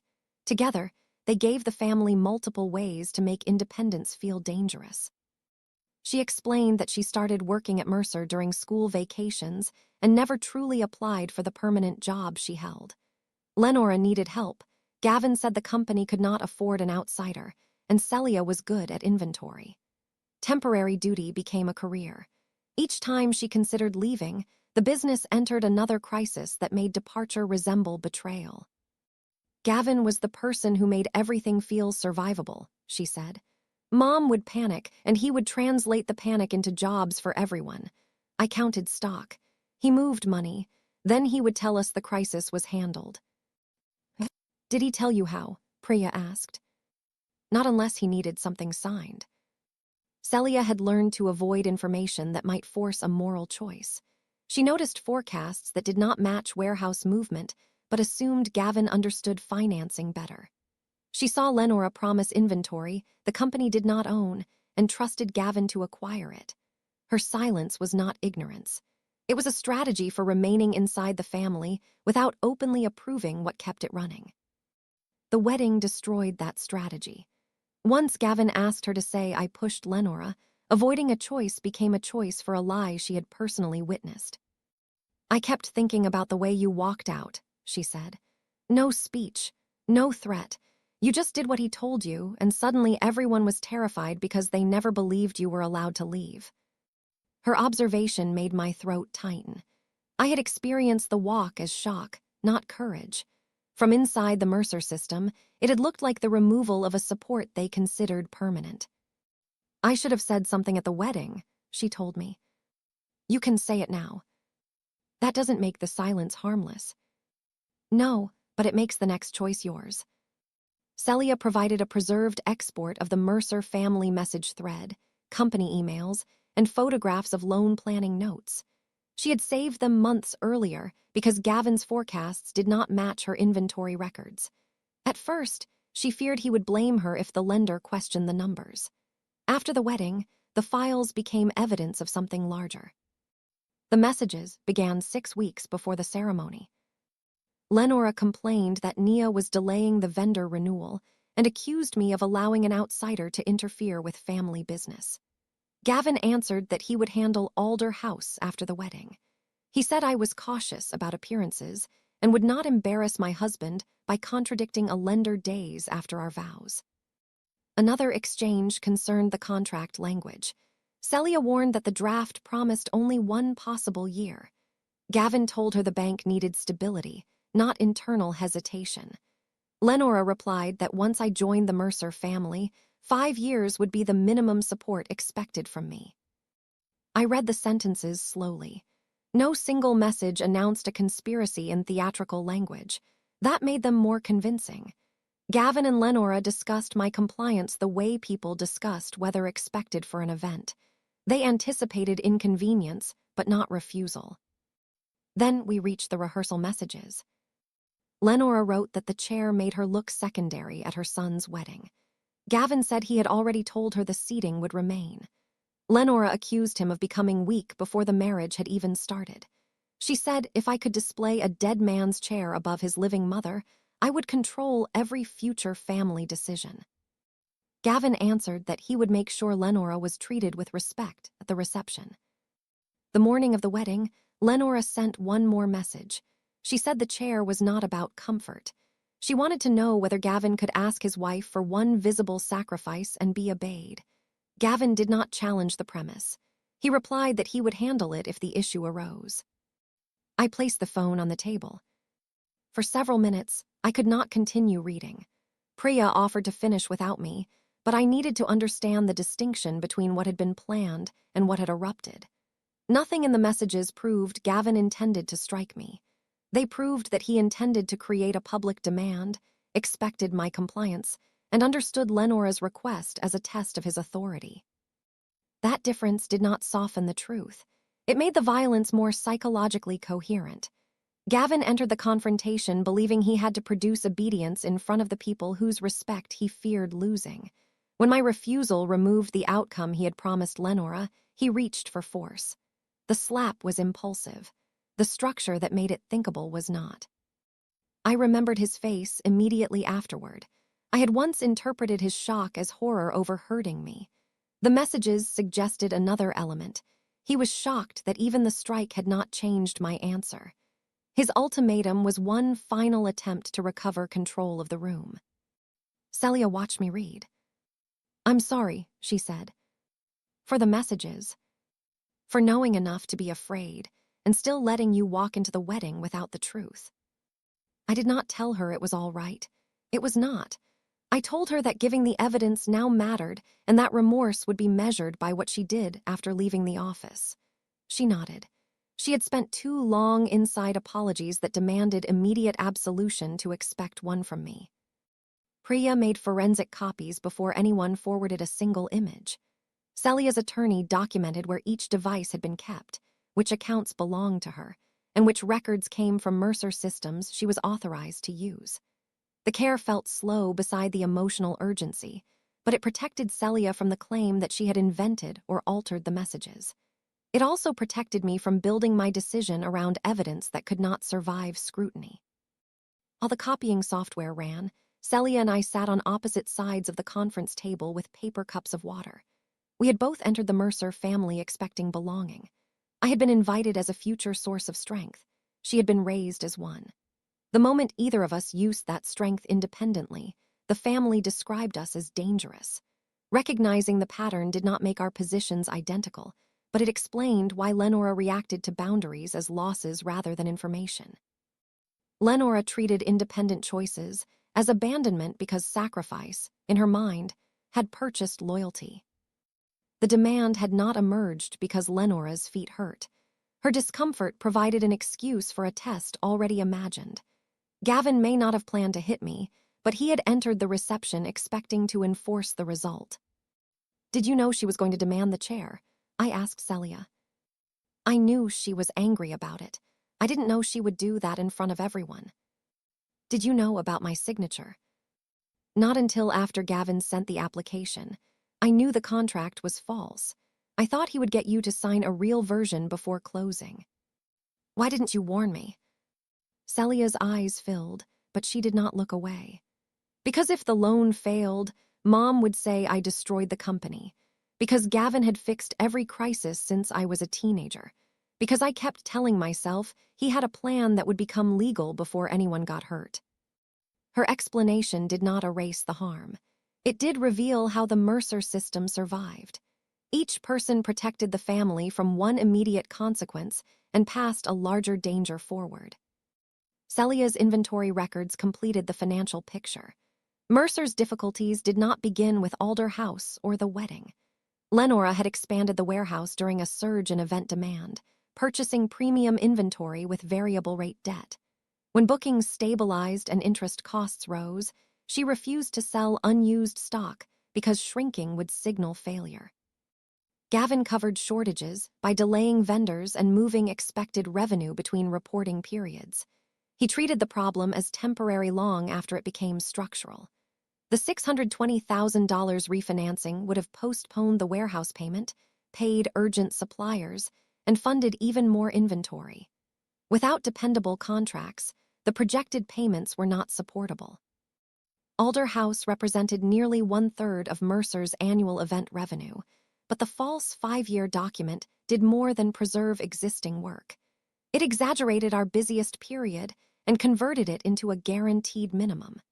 The bank would have lent against money Alder House had no obligation to spend. If I confirmed the document, Mercer might survive for a season. Then it would require continued overbilling, new concessions, or another rescue. My lie would not save the company.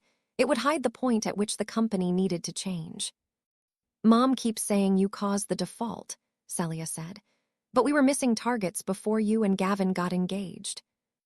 That fact released something I had been holding since Andre's visit. Employees could still be hurt. Lenora could still lose the warehouse. But the crisis was not waiting for a bride to refuse a chair.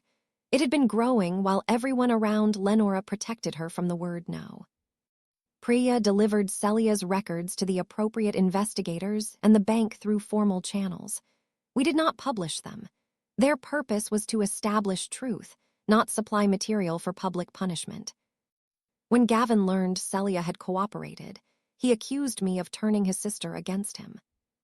Celia answered through her attorney that I had promised her nothing and requested no further family contact outside legal matters. Lenora removed Celia from the company payroll. That action violated existing employment obligations and complicated Mercer's restructuring, but Lenora seemed more concerned with enforcing loyalty than preserving operations. Celia moved temporarily into a rented room arranged through her own savings. I offered emotional support, not housing or employment. She needed independence that did not make me her next authority. The evidence changed Gavin's legal position. His attorney requested another settlement conference, this time involving the divorce, assault case, and commercial dispute. My lawyers cautioned that I did not have to speak directly. I chose to attend the final portion because I wanted one question answered without intermediaries. Gavin entered looking older than he had weeks earlier. He no longer wore his wedding ring. For the first hour, attorneys discussed evidence preservation, property, and contact restrictions. The prenuptial agreement left little room for financial claims. Gavin's side withdrew its threat to challenge my ownership of Alder House. When the lawyers finished, I asked for 5 minutes. "Why Monday?" I said. He knew what I meant. "The bank set the deadline. You suggested the confirmation after the wedding. Malcolm documented that. Why did you want me to become your wife before I heard about the contract?" Gavin looked toward the window. "Because you would have said no before. And after. I thought you would understand what was at stake." "That isn't an answer." His voice tightened. "I thought being married meant we would solve problems as a family.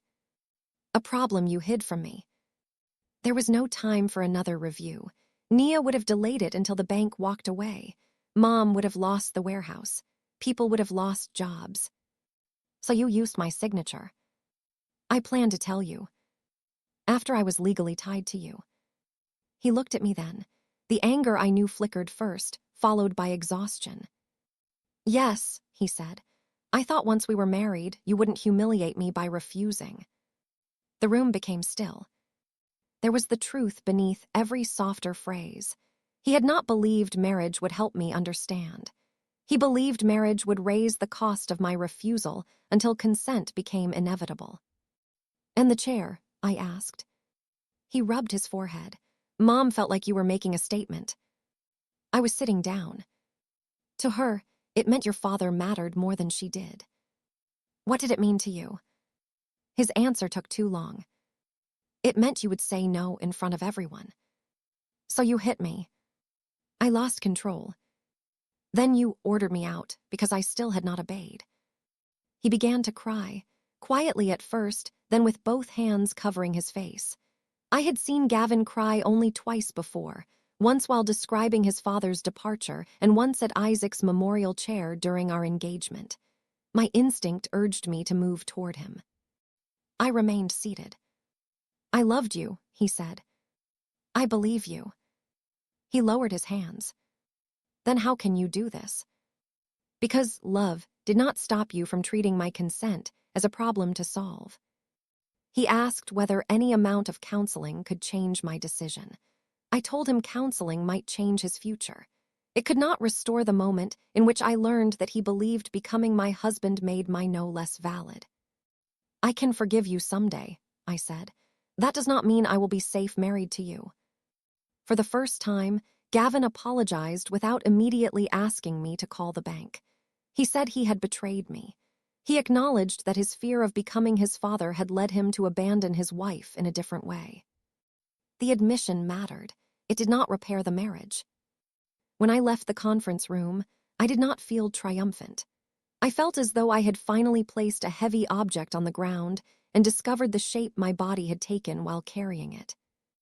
Gavin's honesty arrived only after the loan. The contract, the footage, the messages, and his control over the story were already lost. It may have been the beginning of his accountability. It was not a reason to return. That evening, I asked my attorney to proceed toward final settlement without reconciliation provisions. The decision was no longer a reaction to the slap. It was an answer to everything the slap had revealed. Section 7, Consequences. The bank denied Mercer's refinancing application the following week. Its written decision cited material misrepresentation, unsupported revenue assumptions, and an unauthorized customer commitment. The bank did not mention my marriage or the chair. It did not need to. Once the false document was removed, Mercer's financial condition could not support the requested loan.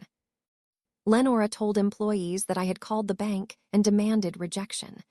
Malcolm's records showed otherwise. I had denied one false statement. The bank made its own decision from the remaining facts. Mercer missed the warehouse payment at the end of the month. Existing creditors petitioned for supervised restructuring rather than immediate liquidation because portions of the business still had value. An outside administrator reviewed inventory, receivables, supplier obligations, and payroll. The report found enough viable work to preserve a smaller operation, but not the company Lenora insisted upon keeping. The warehouse had to be sold. Premium inventory that rarely left storage was auctioned. The remaining rental stock moved to a modest leased facility. Management control transferred temporarily to the administrator, and Lenora could no longer move money or hire and fire employees without approval. At the first creditor meeting, Lenora presented the false Alder House commitment as evidence that the company had been healthy until a personal disagreement removed expected revenue. The administrator compared that claim with the actual annual invoices. Alder House had never generated the guaranteed minimum used in Gavin's projection, even during our busiest year. The supposed lost future was not a continuation of history. It was an expansion disguised as stability. Suppliers produced unpaid balances that predated my engagement. Tax records showed rising carrying costs from inventory Lenora refused to sell. Payroll summaries confirmed that employee hours had already been reduced. Each document moved the cause of the crisis farther away from the wedding and closer to the decisions the Mercers had avoided confronting. Lenora objected to selling the warehouse because it represented everything she built after her husband left. I understood that attachment. Alder House had once been a leaking shell people advised me to abandon, and I knew how identity could attach itself to walls. The difference was that Nia and I had never required another person to falsify revenue so we could keep ours. The administrator offered Lenora a limited advisory role based on her vendor relationships. She refused because the role carried no unilateral authority. Her refusal reduced what she could preserve. That outcome belonged to her choice, not to the restrictions themselves. Reading the reports gave me no pleasure. They replaced the fantasy of a single rescue with a more difficult truth. Mercer needed to become smaller, and everyone surrounding Lenora had treated adaptation as humiliation until the company lost the ability to choose it gently. She called that outcome theft. In reality, the restructuring preserved more jobs than another unsupported loan would have. 10 employees remained during the transition. Several others received wages and partial severance from asset sale proceeds. Andre accepted a supervisory position with a competing vendor after Mercer's administrator gave him a strong reference. The losses were real, but they were not the total destruction Lenora predicted whenever anyone challenged her. I did not buy Mercer's inventory, hire its employees as a public gesture, or profit from the warehouse sale. Alder House contracted with vendors through an open review.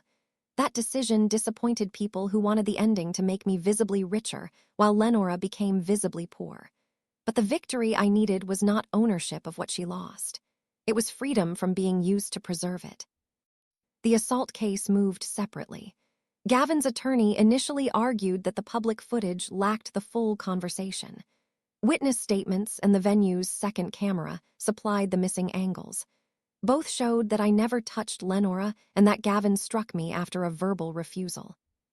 The preserved voicemails demonstrated his efforts to pressure me immediately afterward. They did not make the slap more physical. They clarified the environment in which it occurred. Gavin eventually accepted a formal plea for the assault. He received probation. Mandatory intervention programming, community service, and a continuing no-contact restriction except through counsel. The court considered his lack of prior convictions without pretending the wedding setting reduced the harm. At the hearing, Gavin stood and acknowledged striking me. He did not claim I provoked him. He did not ask me to save the business. He said he understood that an apology could not require contact. I had submitted a written impact statement rather than speaking publicly.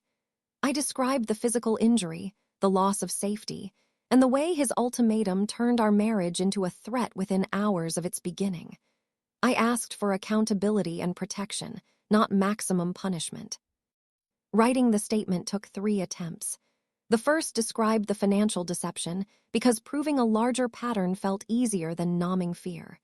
The second focused on the guests and the damage to Alder House. My attorney returned both drafts and asked what changed in my daily life because Gavin hit me. I wrote about checking doorways. I wrote about waking when a phone vibrated. I wrote about avoiding Isaac's chair and feeling my body tense when a man raised his voice near the ballroom.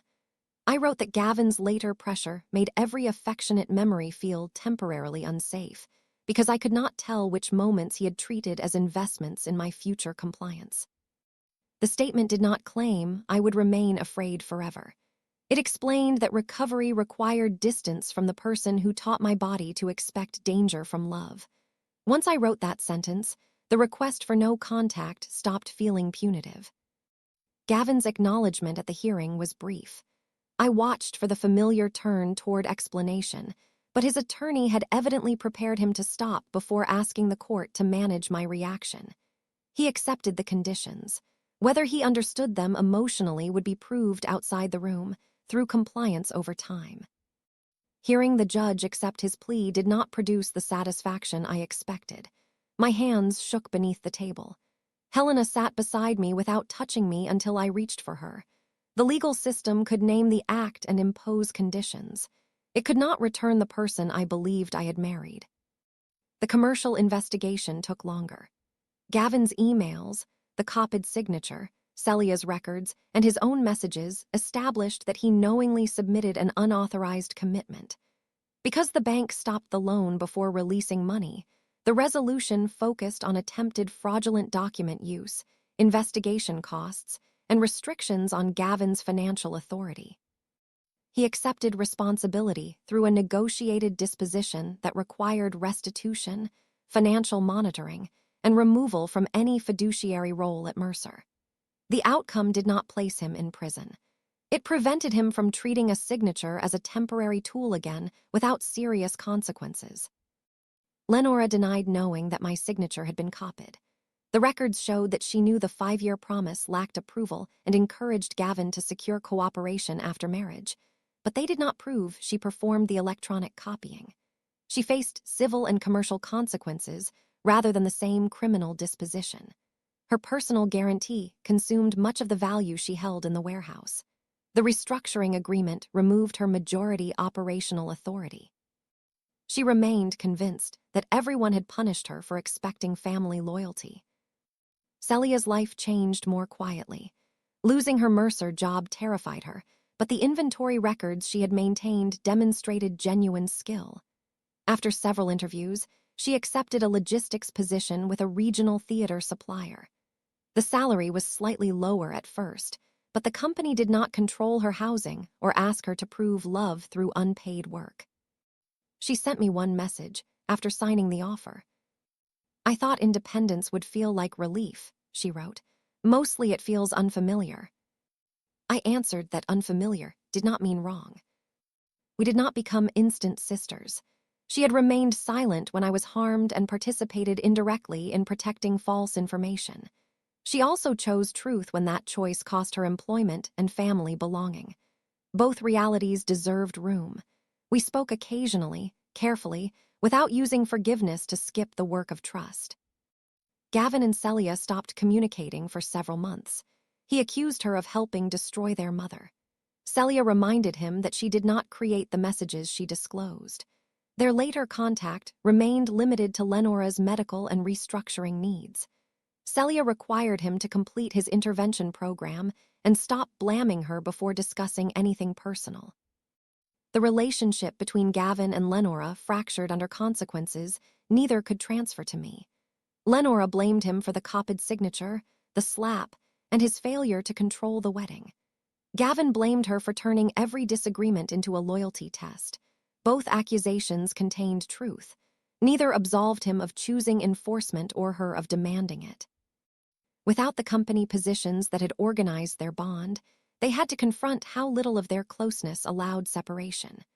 Gavin moved into a small apartment. Lenora remained temporarily in the home adjoining the warehouse until the sale closed, then relocated to a rental she described as humiliating. I learned those details through legal and restructuring reports, not private contact. I no longer monitored Gavin's life for evidence that leaving had taught him the correct lesson. The divorce required patience. Gavin initially resisted final settlement despite the prenuptial agreement. He requested access to the townhouse to collect possessions and asked for mediation over wedding expenses. My attorney arranged an inventoried collection while I was absent. His clothes, books, kitchen equipment, and personal records were released. Items with disputed ownership remained stored until resolved. During those months, progress rarely looked dramatic.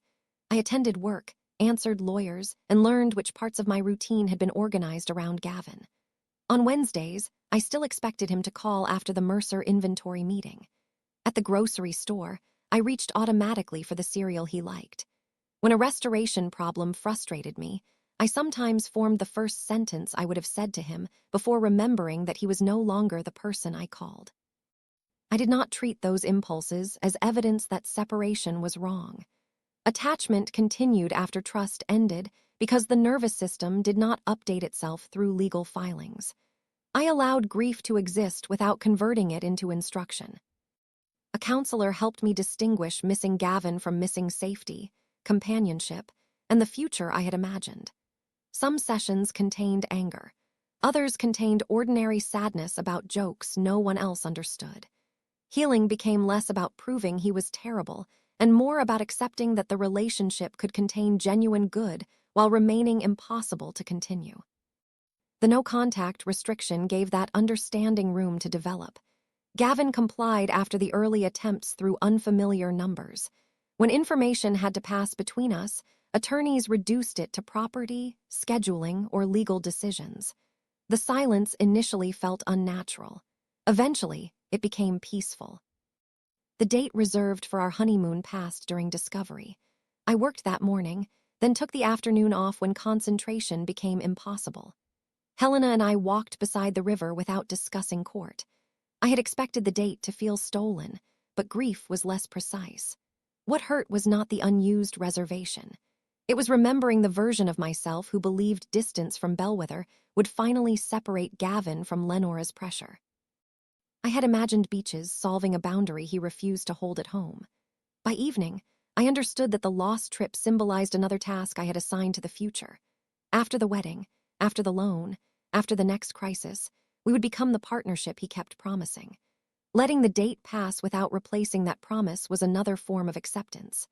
I went home with no revelation, only the quiet knowledge that I had survived a day once assigned to a future that no longer existed for me. The process forced me to examine the ordinary remains of our relationship.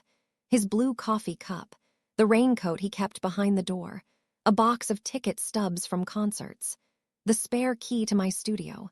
None of those objects looked dangerous.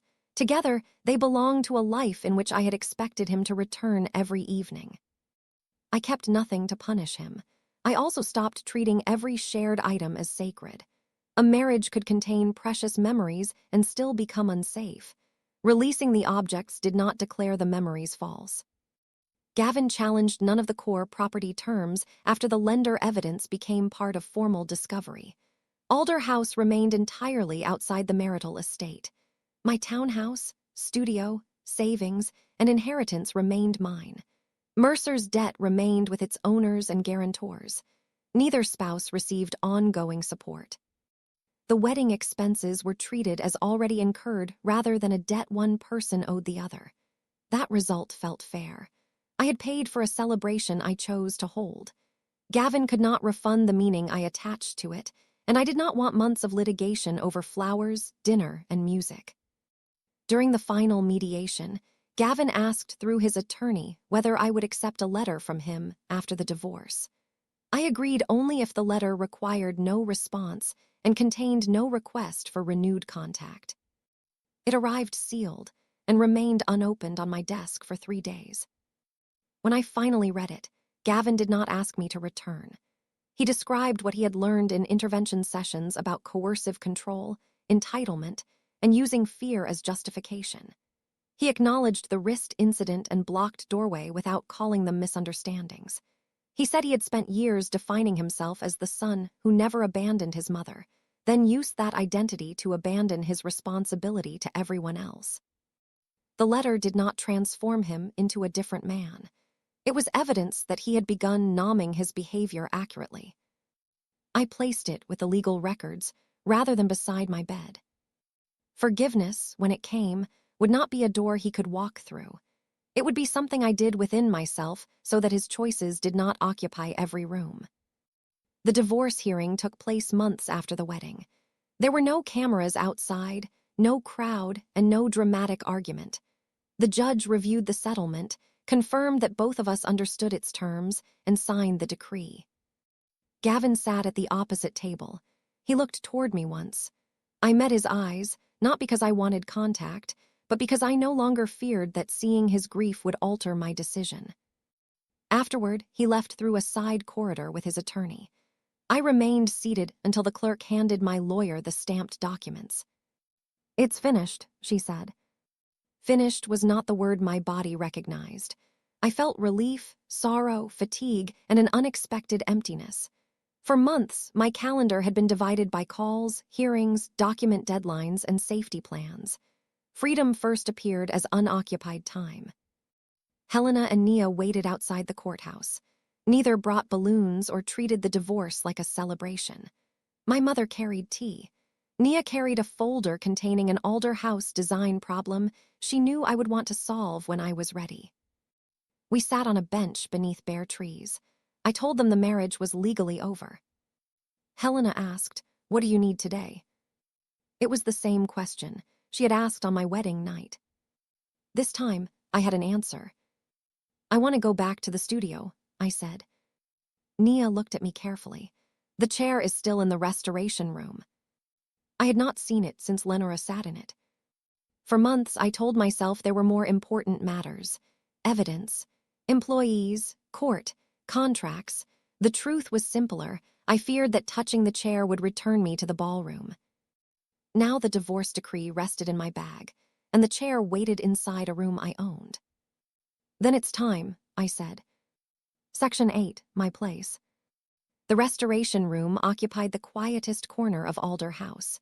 We used it for damaged molding, old doors, and furniture that required more patience than a busy event schedule allowed. Sunlight entered through high windows and settled across shelves of labeled hardware. Isaac's chair stood beneath a cotton cover near the back wall. Nia unlocked the room, but did not follow me inside. Helena waited with her near the doorway. They understood that support did not always mean standing close enough to influence the moment. I removed the cover. The walnut looked exactly as it had before the wedding, except for one pale scratch along the right arm. Lenora's jewelry had cut through the upper finish, but not into the structure. Dust gathered lightly around the carved back. Beneath the seat, my father's inscription remained untouched. "Take your place. Love, Dad." I ran my thumb beside the scratch and waited for the ballroom to return. It did, but not with the force I feared. I remembered Gavin's hand and Lenora's pale dress. I also remembered Nia meeting me at the doors, my mother asking what I needed, and my own feet continuing forward while the room waited for me to surrender. The chair had not betrayed me. It had become the place where I finally stopped betraying myself. "I want to repair it," I said. Helena entered then. "Your father kept the original finish formula in his workshop notebooks." Of course, she knew where it was. Isaac documented mixtures as carefully as I documented buildings. We spent the next Saturday in my studio with his worn notebook open beside us. Nia brought the fine sandpaper and refused to touch the chair until I laughed and told her she was allowed. Repairing the scratch required less work than I expected. We cleaned the surface, softened the damaged edge, matched the oil, and applied it in thin layers. The mark faded but did not vanish entirely. Under angled light, I could still find it. I chose not to sand deeper. Erasing every trace would have required removing good wood around the damage. My father had taught me that restoration was not the art of making history invisible. It was the discipline of preserving what remained strong while preventing damage from defining the whole object. The same principle shaped my recovery. I stopped asking when I would become the woman I had been before the wedding. That woman had loved deeply and built good things, but she had also treated discomfort as evidence that she should work harder. Recovery did not require returning to her unchanged. It required carrying forward her compassion without preserving the belief that compassion belonged only to other people. I practiced boundaries in ordinary places. I corrected a client who changed a meeting without asking. I told Helena when I was too tired to talk instead of answering from obligation. I disagreed with Nia in a planning session and remained present through the discomfort rather than offering a quick concession. None of those moments resembled the ballroom, yet each taught my body that saying no did not automatically produce abandonment. Sometimes a boundary disappointed someone. That fact had frightened me for years. I learned that disappointment could remain with the person experiencing it. I could listen, reconsider, or apologize when I was wrong without treating another person's unhappiness as proof that I had done harm. The lesson changed my understanding of strength. During Isaac's illness, strength had meant carrying fear quietly. During the Mercer crisis, it became the ability to leave, document, ask for help, and allow truthful consequences to proceed without managing everyone's reaction. I returned to work gradually. At first, meetings exhausted me. A raised male voice in the ballroom made my shoulders tighten even when it came from an excited client. When someone stood in an office doorway, I noticed the distance to the hall. I stopped criticizing those reactions. My body was not being dramatic. It was updating its understanding of safety. Helena and I became more honest with each other. I admitted how often I had hidden fear during Isaac's illness because I wanted to protect her.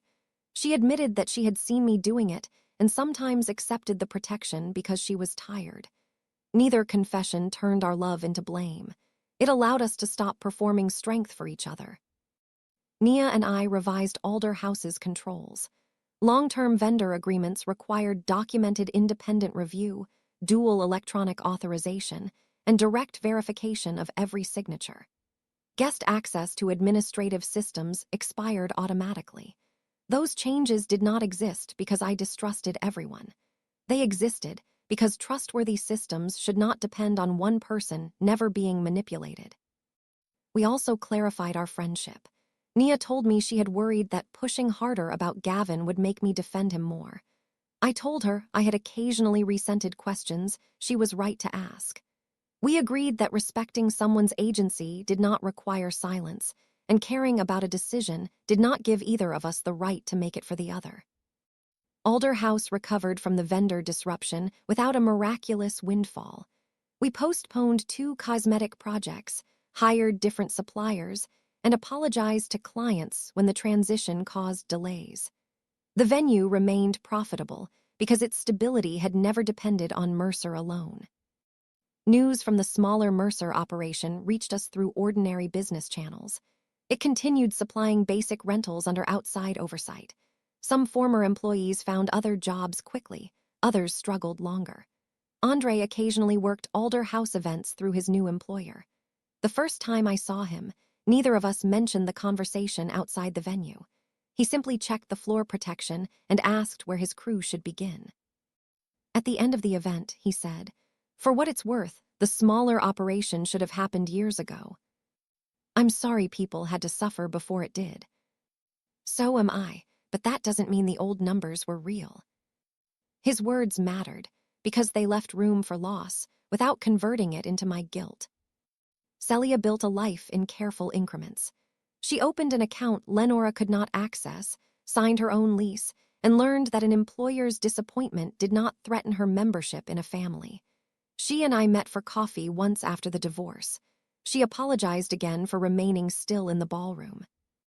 "I kept waiting for Gavin to fix what he did," she said. "That was our family's whole system.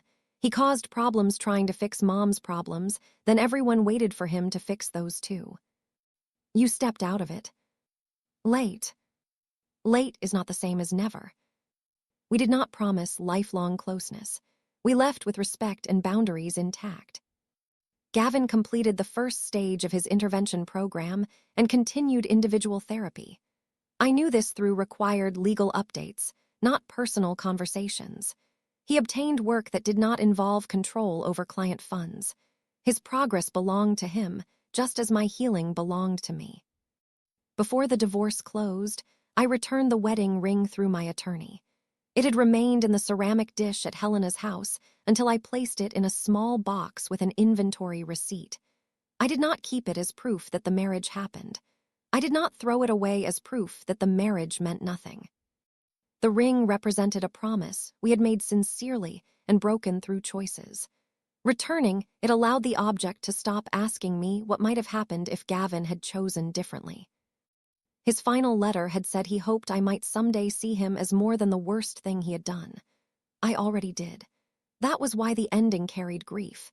He was the man who sat with me on Isaac's anniversary, protected an antique door, remembered my mother's tea, copied my signature, struck my face, and tried to make his fear more binding than my consent.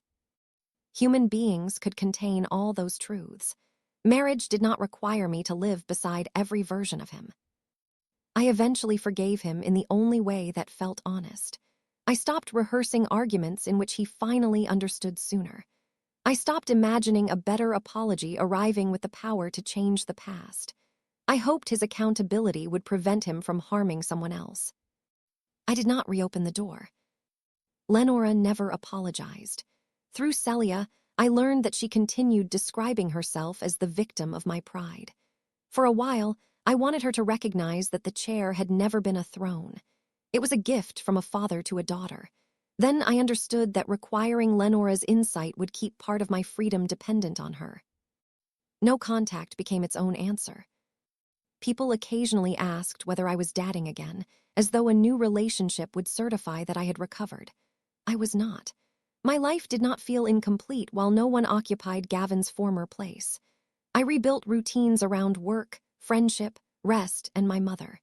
If love entered again, it would add to that life rather than rescue it from emptiness. I also stopped calling the ending revenge. Lenora lost authority because she mismanaged debt and participated in deception. Gavin lost the marriage because he chose force and fraud over consent. Celia gained independence because she told the truth despite fear. I retained Alder House because it had always belonged to its lawful owners. Nothing had been secretly transferred to me by fate.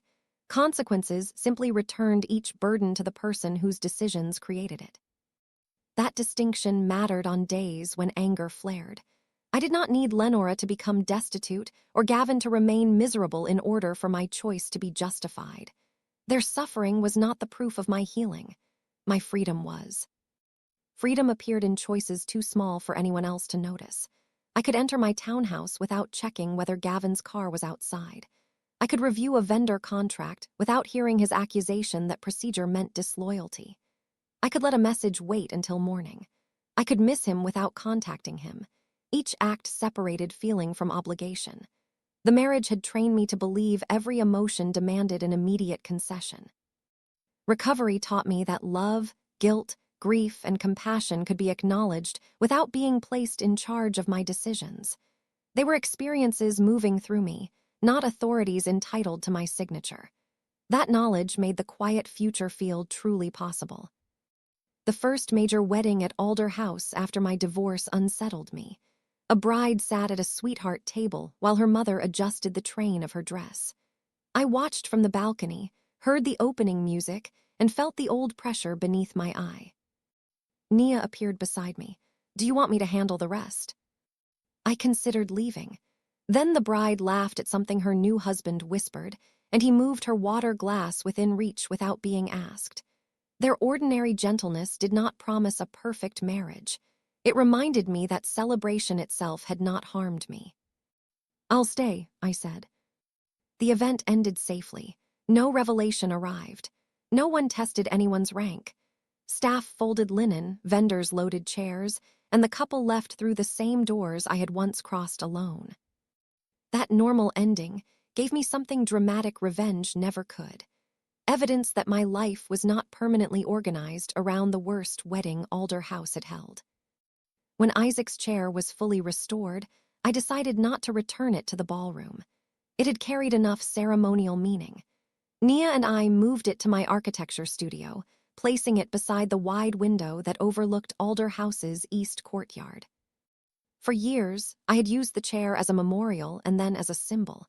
One quiet Monday, it became furniture again. I arrived before sunrise with a roll of plans beneath my arm. The studio smelled of paper, coffee, and walnut oil. On my desk waited a proposal to restore an abandoned neighborhood library. The project would require careful budgets, public meetings, and months of patient work. It belonged entirely to the future. I unlocked the inner office and opened the courtyard doors. Morning air moved through the room. The door hinges made the same low sound Gavin had once protected during the fundraiser where we met. For a moment, I remembered him kneeling beside that threshold with a toolbox. I let the memory remain kind. Then I let it remain over. I sat in my father's chair. The repaired arm felt smooth beneath my hand. If I tilted it toward the light, I could still see the faint line where Lenora's ring had scratched the finish. It no longer looked like damage. It looked like history that had been stabilized. I turned the plans toward me and began reading. No audience watched. No family waited to measure my obedience. No one asked me to stand so they could feel important in my place. Outside, Alder House's doors stood open for the working day. And for the first time, taking my place did not feel like a challenge to anyone else. It simply felt like mine.